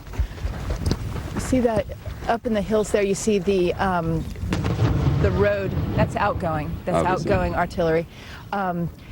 The road on the side of the mountain? Yeah, on this side of the mountain. On the right is Lebanon, on the left is Israel. But the tower that you see up there, that's still another Israeli installation. The kids down the hill in the Arab villages can literally walk up to the fence and throw stones at the soldiers. On the Lebanon side? On the Lebanon side. And they they don't even need rockets to harass the soldiers there. So they are literally eyeball to eyeball up So for here. people in this area, and there are villages all around, there's sniper danger and otherwise from Hezbollah? Absolutely. There's a kibbutz up there called Menara. If you go a little to the left of the road. Kibbutz, by the way. Kibbutz. It's a community, like a collective. They're scattered all around. Sometimes they're farming communities. Kibbutz Menara on the border. I remember back in 2000 when the Israeli tanks pulled out, and they pulled out of Lebanon. Kibbutz Menara was actually split down the road by the border. They had to bring half of it back because after 18 years of occupying South Lebanon, they had sort of expanded across the border. So they actually had to bring the kibbutz back to the Israeli side. Now over here, this is Israel on this hill right here. That's right. That's the Mount Dove. That's Golan Heights. Golan Heights. And if you go past these tanks and over to the left, that's Lebanon again? Yeah, let's walk over here and you can see where the real sniper threat is. Just beyond these tanks, you see the hill in the distance. You see some buildings. It's a little bit built up. They're concrete. Those are residences. They're residential homes in the village there. Hezbollah uses them they often use them for cover. But when we were the other day with the soldiers up on the border looking out, that's small arms fire. That's small arms fire. They're just practicing right now. Okay. But that whiz of the bullet that you hear, usually you want to get out of here if that were taking place. But that we know that they're practicing down there. So up on that hill there are snipers. The place where we're staying at night, Metula, there's a little community there, some hotels. They have that area in their sights. So up here on the border, you really have to be careful because there is a sniper threat. And Lebanon beyond these tanks over here, and these sort of cross-border incursions that we've been talking about, these are happening all over the place. Yes. Where we are up on the border, there are about 12 different Arab villages. We understand, again, outgoing. We understand that the Israeli army right now has gone into about 4 of them. They've taken Maroun al-Ras. Maroun al-Ras is across from Avivim. That's where they got ambushed those first 2 days. But we understand that they've gone in with a heavier force and they've taken Maroun al-Ras. The progress so far, it began with a couple of guys being taken. It advanced to some cross-border shelling and some Katyushas coming our way. It's now advanced over the border in however limited terms. The history book says this is what is old is new again. It really feels like a repeat of history, Shep. And you have to understand how traumatic this is for the Israeli public. They went into Lebanon first in 1978. They went up to the Litani River, about 12 miles up into Lebanon. They thought they could set up a security zone. It didn't work. Then in 1982, Ariel Sharon is defense minister. He proposes to Menachem Begin's government that he thinks he can go into Lebanon. It'll take 48 hours. He passes the cabinet. He promises they'll be back in 48 hours. 18 years later, they're still sitting in Lebanon. And that was a very bloody occupation. They lost 1,000 soldiers. It was essentially their Vietnam. So for them to cross over into this border area in South Lebanon is a major psychological trauma for them, but they also realize they have to do it right now. So, well, all of that said, what's to suggest that this time, when they push across the border, which in limited terms they have, that doesn't continue, and that once they get there, there's no one else but them to hold it and protect it if they even want to do so? Well, the idea is, and this is what we're hearing today, is that they're going to go across and they're going to have these limited incursions, try to draw Hezbollah out, try to damage their infrastructure as much as possible, kill as many of their fighters as possible, and then let the diplomacy start to kick in. But in the meantime, while diplomacy is kicking in, they're over there. What Hezbollah used to control, they control. Well, they may not control it. They may still be fighting. And what is going to happen, I think, in the end, is they want to soften up Hezbollah.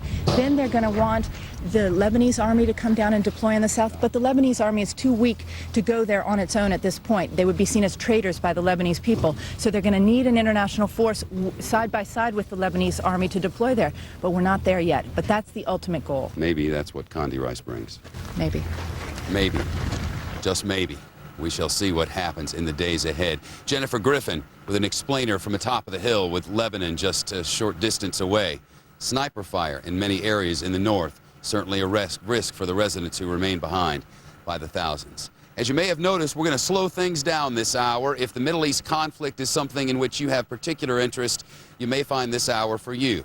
We're not going to speed things along, but try to digest all the food of this conflict. Over the next hour, we'll be speaking with David Horowitz, who's currently the editor of the Jerusalem Post and has written a fascinating column today at jpost.com, www.jpost.com. It gives you a sort of the feel of things from the Israeli perspective, which may give us a window into the future. In addition, Brigadier General with us today, Brigadier General Ido Nehustan, who's a spokesperson for this entire operation, a former Israeli pilot, and will talk to us about the military operations and whether things are as rosy as maybe some here would like for us to believe. That's ahead over the next hour on Studio B. I'm glad you're here. We'll check in with your weather as well. We'll check in with our correspondents across the region. We'll cue the Fox News Orchestra to take us into commercial break. We'll be right back.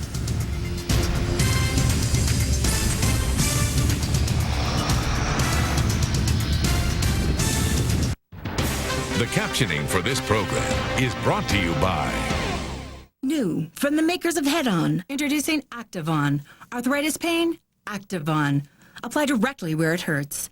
Activon Arthritis. In stores now. Attention homeowners with adjustable mortgages. Has your monthly payment increased? Is it about to go up again? Do you have credit card or other high-interest debts? Would you like to consolidate and lower your total monthly payments? Then now's the time to refinance to the security of a new low fixed-rate home loan from Ditech.com. We'll guarantee you the lowest rate and fee even if you have a credit problem. Log on to Ditech.com or call 1-800-71-FIXED. At what point does a car become more than just glass, rubber, and steel? When does it become something you love? When does it become part of your family? At what point does a car become more than just a car? Introducing the all-new Toyota Camry for 2007. It's time to move forward. Red Lobster is bringing you something new. Seafood dishes inspired from around the country. Like tropical Maui Luau shrimp and salmon inspired from the Hawaiian Islands. Bold and sweet southern honey barbecue shrimp and chicken. And our New England lobster and shrimp. Tender lobster paired with both grilled and creamy garlic shrimp. It's seafood like you've never tasted. But it's only here for a limited time. Only at Red Lobster. On the scene. Lebanon is just over the border to my right. Getting the facts. The priority right now is to get those Americans out. Bringing you the latest this weekend. Putting the world's events in context. Fox News Channel. Israelis want to finish this problem and finish it now. Tonight, our powerful primetime team is live with special coverage. First, what the conflict means to our security on Heartland. Then, as the impact is felt around the globe, get political fallout on Hannity and Combs. Plus, it's in-depth coverage and late-breaking reports. Greta's live on the record. Continuing coverage now on Studio B, and joining us from different spots in Israel, David Horowitz, who's the editor of the Jerusalem Post, a longtime Middle East analyst, and with us as well, Brigadier General Ido Nehustan, who's a member of the General Council. I said spokesman earlier. I meant a member of the General Council for the Israeli Army, a former pilot himself. Sir, from the very beginning, we've been told, Brigadier General Nehustan, that there would never be an invasion, never be an occupation of Israel. Can you state with certainty that that won't happen? Well, we've left Lebanon 6 years ago with no intention of coming back, I'm telling you. Now we engage in what you might call pinpoint, limited incursions alongside the borderline. And your sense about whether over time, as happened 25 or so years ago, you could be drawn into all the way to Beirut, or is that just not possible this time around? Well, again, future plans is something that I cannot comment, but the purpose of the ongoing operation now is changing fundamentally the situation that was existing in the last 6 years along the borderline, which was, from our point of view, not something that we cannot tolerate. And this is the purpose of the ongoing operation on the ground right now. Is there the possibility, sir, the possibility of a ground invasion of the south of Lebanon? Well, I wouldn't call any ground operation going now an invasion. Again, we left Lebanon 6 years ago with no intention of coming back.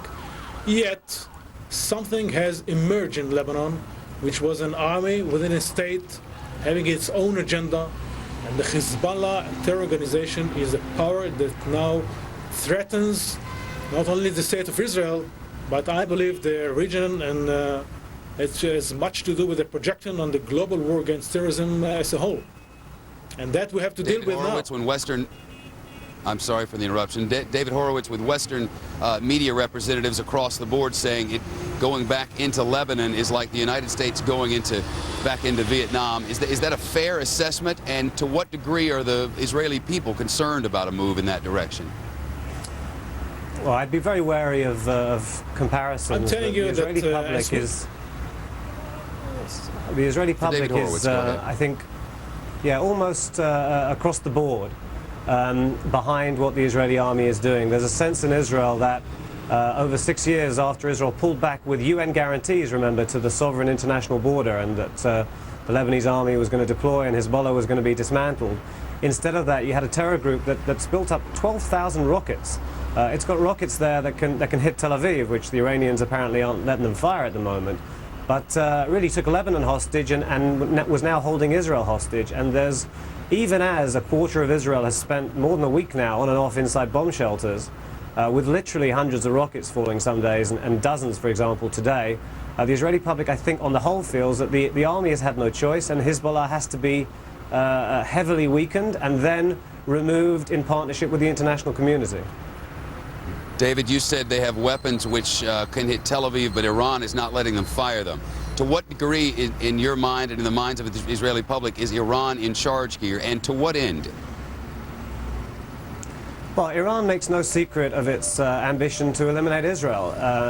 You've got an Iranian president who's trying to persuade the world that his nuclear ambitions are for peaceful means, but he cannot help himself because he so wants to destroy Israel that he undermines that disinformation effort by every now and again saying, well, we do want to eliminate Israel. Hezbollah is his proxy force. He supplies Hezbollah. He does it via Syria. Syria also is using Hezbollah as its proxy to retain influence.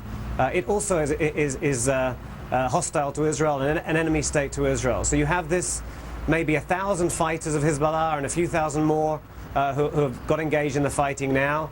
They are holding weaponry for Hezbollah, and really they're the spearhead of an Iranian antagonism to Israel and an Iranian effort to weaken and ultimately destroy Israel. And of course, Israel's fighting on two fronts because it's also in conflict with Hamas in Gaza, again, where Israel had pulled back to the international border and nonetheless has been rocketed into its territory and had a soldier kidnapped there a few weeks ago and soldiers killed inside the Israeli border there. General Ekustan, to what degree is there concern on the part of the Israeli military and the Israeli people that Syria might supply Hezbollah with some sort of weapons of mass destruction, specifically maybe chemical weapons? And to what degree would that change this conflict? Well, I wouldn't go into the level of weapons of mass destruction, but we very much see clearly the fingerprints of Syria and Iran in this conflict.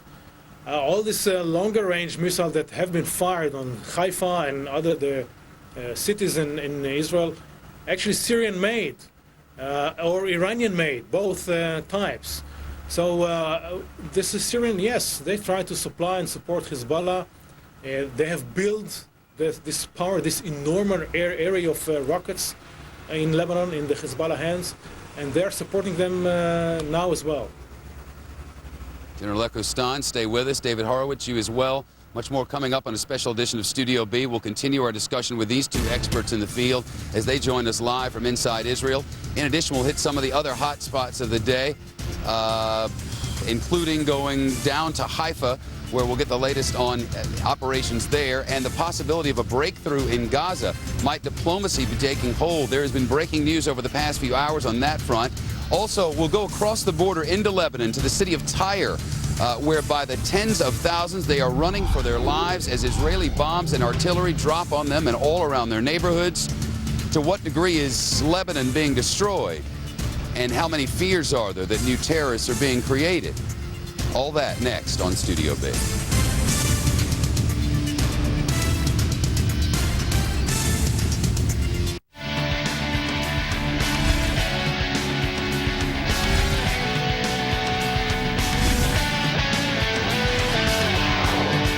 Without strong shoulders, who would support them? One A Day wants you to stay strong for them. Because as early as 30, women can start to lose bone mass. That's why there's One A Day Women's, a complete multivitamin with twice the calcium of Centrum. One A Day Women's. Well, I had been using Sensodyne toothpaste, and I switched over to Orajel tooth desensitizer, and I put it on just one time, and it lasted through the whole month. I had no pain whatsoever. Orajel. Swab it on. Sensitivity gone. It was like a miracle. As you can see on my chart here, sales have exceeded... What is that? Small business owner. They come in looking for loans. But we only care about big business. Quarter. Our cash... Whoa. Our cash... Do they normally catch on fire like that? Yeah, let's get some lunch. Does your bank think small about your small business? Call Capital One instead for no-hassle business loans, lines of credit, and credit cards. Hello, Capital One. What's in your wallet? Oh, I want a loan. I want a loan. It's Christmas in July at Marquee, your casual living store, and we've got gifts for you. Purchase any new spa and receive a gift such as an old world patio set, a pool table, foosball game, or choose to upgrade your spa purchase with custom features.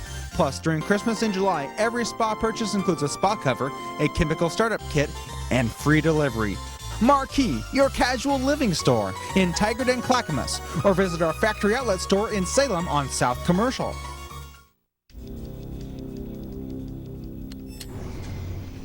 John, we have the new high speed. It's way faster than DSL. Show 'em.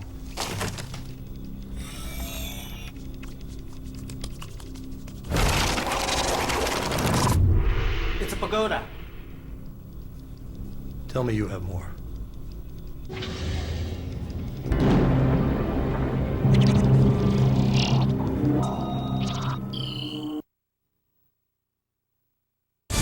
The Israeli military and the Israeli people, no beef with the people of Lebanon or the Lebanese government, one of only 3 freely democratically elected governments in all of this part of the world. And yet the bombs continue. The cities are being destroyed, and many civilians, make no mistake, have died. Fox News correspondent Greg Burke is live inside Beirut with the latest as we know it. Greg. Hi, Shepard. Well, the attacks on infrastructure continue today. Earlier today, they hit the LBC, that is the Lebanese television station. Earlier, they'd gone after the Hezbollah, this time a booming thing really at the towers of LBC just to the north of Beirut.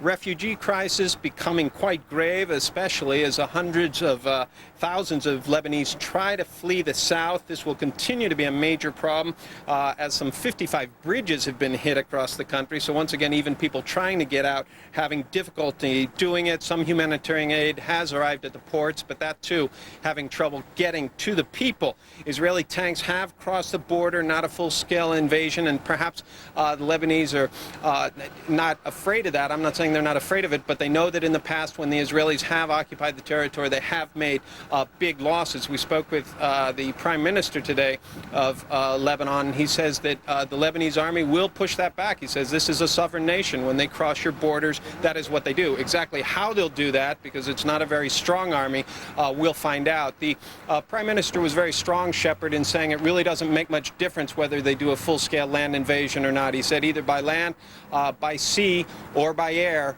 the result is the same. That is destruction and death. Shepard?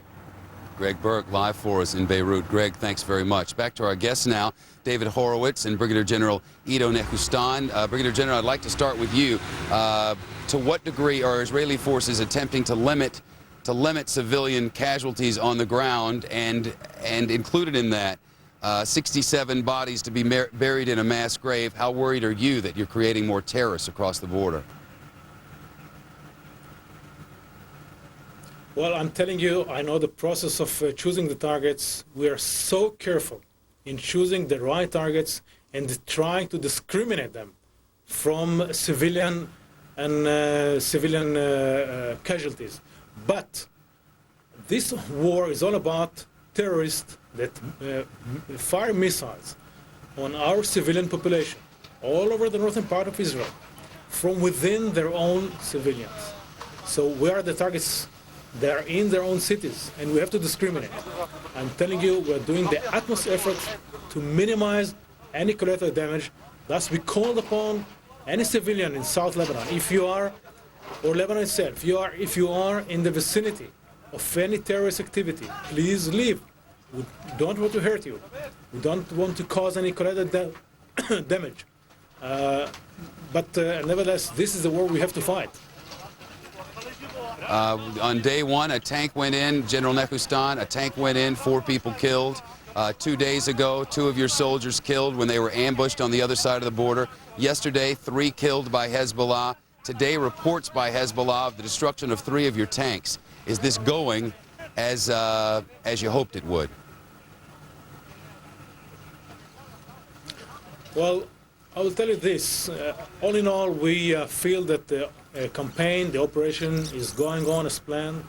We are eroding the Hezbollah terrorist capabilities slowly but surely. We believe that we have caused damage, and we are in the process of crippling them significantly. Nevertheless, yes, we have suffered casualties, but we are determined to continue, because these soldiers, families, are now living in shelters in the northern part of Israel, and they understand and well motivated to provide security for the people of Israel. Live from Tel Aviv, Brigadier General Ido Nehustan, sir, thank you for being here. David Horowitz, what's to say history doesn't repeat itself? What's to say that once you get across the border, you don't have to stay there? What's to say we're not back to the year 2000 again? Yeah, I think there's a very clear intention on the part of this Israeli government not to get dragged in that kind of way, and a sense that the lessons of the past have to be learned. I think in terms of context, it's worth stressing, and in terms of civilian casualties, that the Hezbollah rockets are being fired indiscriminately into towns and cities all over Israel. Israel is trying to target Hezbollah, which has, of course, sighted its rockets in residential areas, and apparently, we're told, launches and rockets even inside people's homes. I don't think that the Israeli offensive is going quite as well as Israel would have hoped. I think that the hope was that this overwhelming use of air power would have softened up, as one of your correspondents put it before, softened up Hezbollah a little more than has been the case. But there is a genuine desire here to minimize the use of ground forces.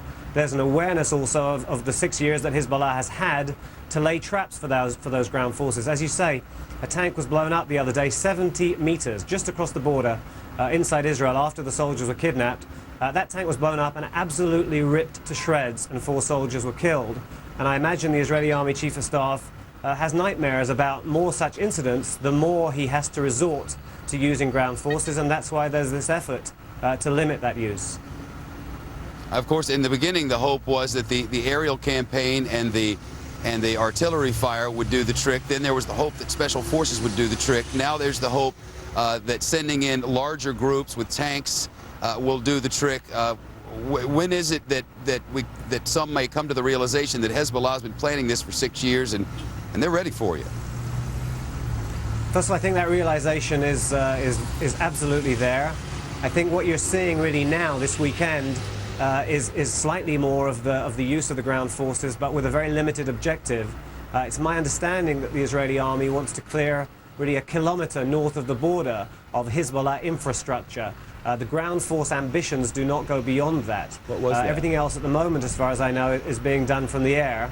And then, as we've said before, along with the military campaign, a sense that the international community shares Israel's goal of having Hezbollah dismantled. And you think there is that sense from the international community? Because everything I read from the European world is a turn of the tide against this, disproportionate, that Israel has gone too far, and that's what I hear from the other side of Lebanon. And I'm just wondering at what point you think that Israel will see, the people of Israel will see, there we are again, on the other side of that border where everything went wrong. When does it turn? How long can this go on?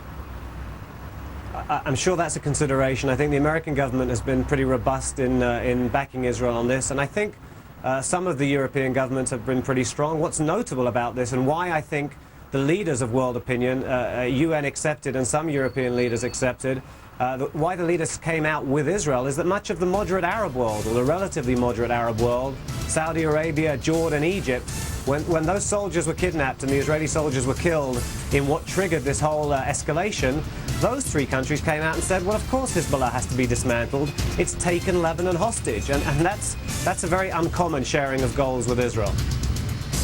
Indeed it is, and different from past conflicts. David Horowitz, the editor of the Jerusalem Post, his words today at jpost.com, www.jpost.com, a fascinating study of the history of this region and where it may be going.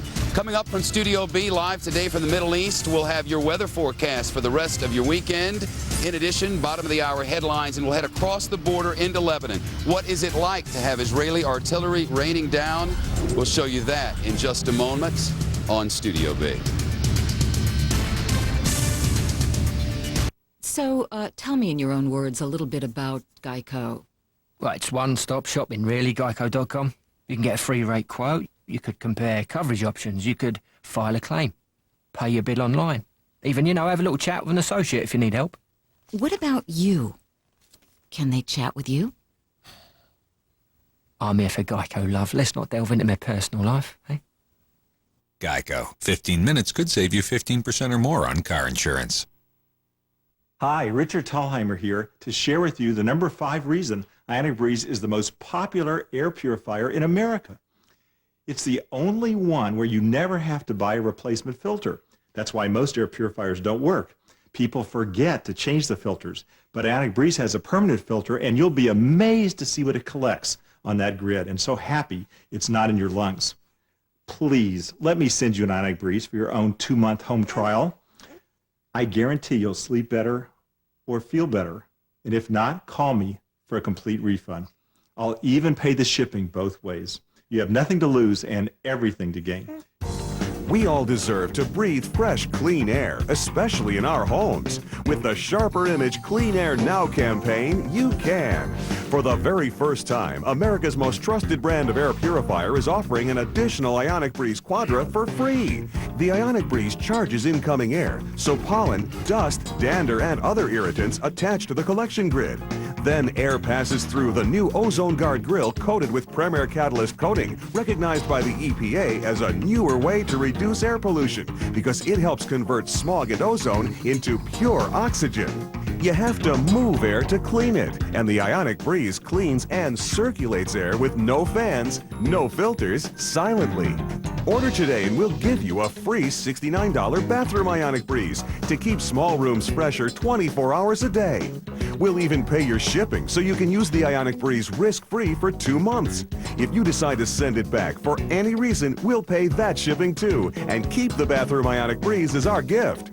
But that's not all. For the first time ever, call right now to find out how you can get an additional Ionic Breeze Quadra for free. That's right, it is amazing. A free Ionic Breeze Quadra. Available at Sharper Image stores or call 1-800-882-0800. From the Fox Weather Center, I'm Rick Reichmuth with a look at your forecast. Well, we've seen some severe weather across parts of the east yesterday. We're going to see some more throughout the next number of hours. In fact, severe thunderstorm watch boxes posted at this point, including New York City, Philadelphia, throughout the nation's capital as well. We'll continue to watch this storm progress off towards the northeast throughout the overnight hours.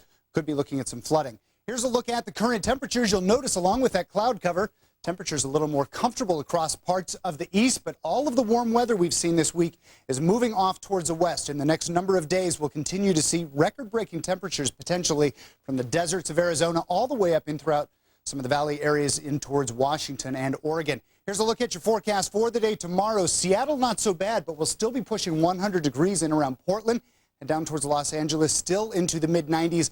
That's in Los Angeles City. Head out towards the coastal areas. Temps right into the lower 80s. Much nicer. We'll continue to see some of those thunderstorm activity across parts of the Four Corners and out across the east. Finally starting to see our storm pull out. That's a look at your Foxcast. I'm Rick Reichmuth.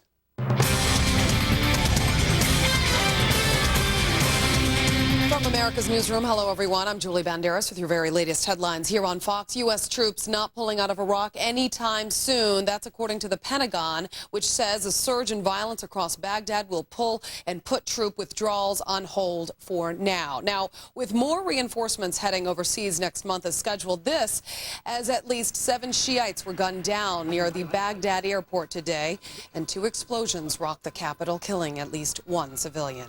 And back-to-back homicide bombings in southern Afghanistan, killing 2 foreign soldiers and at least 6 others today.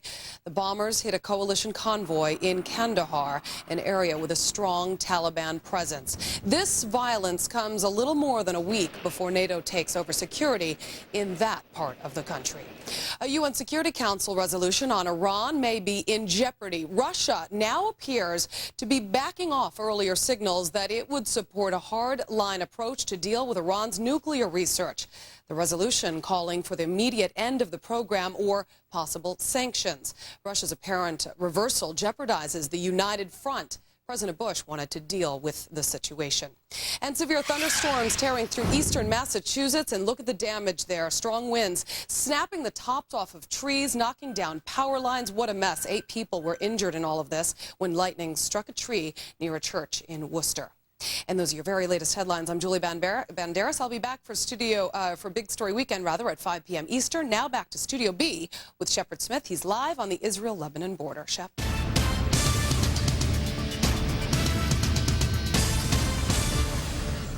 Half past 10 now in the Middle East, and here in the town of Kiryat Shmona, right along the Israeli border with Lebanon. Throughout the day, we've been watching as 130 Katyusha rockets have hit the north of Israel. That's a new figure just into us from our regional newsroom here in the Middle East. That figure confirmed by Israeli Defense Forces. Some 20 of them hit in the general area of our position right here, including one just a few hundred yards away. It's a continuing nightmare for the people of the north of Israel, as it is for the people of Lebanon, who have been rained on for many days on end now. By the hundreds of thousands, we're told, the Lebanese people are fleeing to the north. Israeli troops pushing in from the south. Limited incursions, they say, but they are holding some villages. They admit to that now, though they say this will not be a long-term occupation, something they said in the early 1980s as well. They vow not to repeat that. Time will tell. Across the border, some of our eyes and ears there have shown us spectacular pictures and amazing scenes of heartache and despair. One of the correspondents who's there is David Bowden of our sister network Sky News, who is across the border and stationed in a spot where all hell is raining down. We should already be in Saida by now. Instead, we've barely left Beirut. And this is why. Saida is that way, and this is all that's left of the main road out of here. We'll have to find another way. Locals searching for bomb fragments inspected the scene until we heard the distant drone. Go back to the car. Let's go this way, to the car.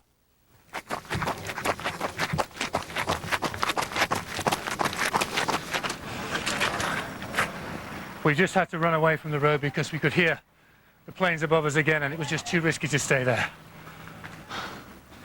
It was to prove the best decision any of us had ever made. Behind.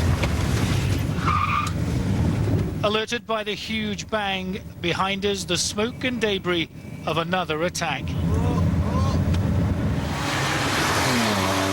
Panic-stricken motorists fled as fast as their vehicles could carry them. We're now driving as far away from that bomb as possible, as quickly as we can. This is just a few minutes after we ran away from the road, and that was exactly where that bomb hit. As we wound our way through the high passes of the Shuf Mountains towards Saida, a seemingly endless stream of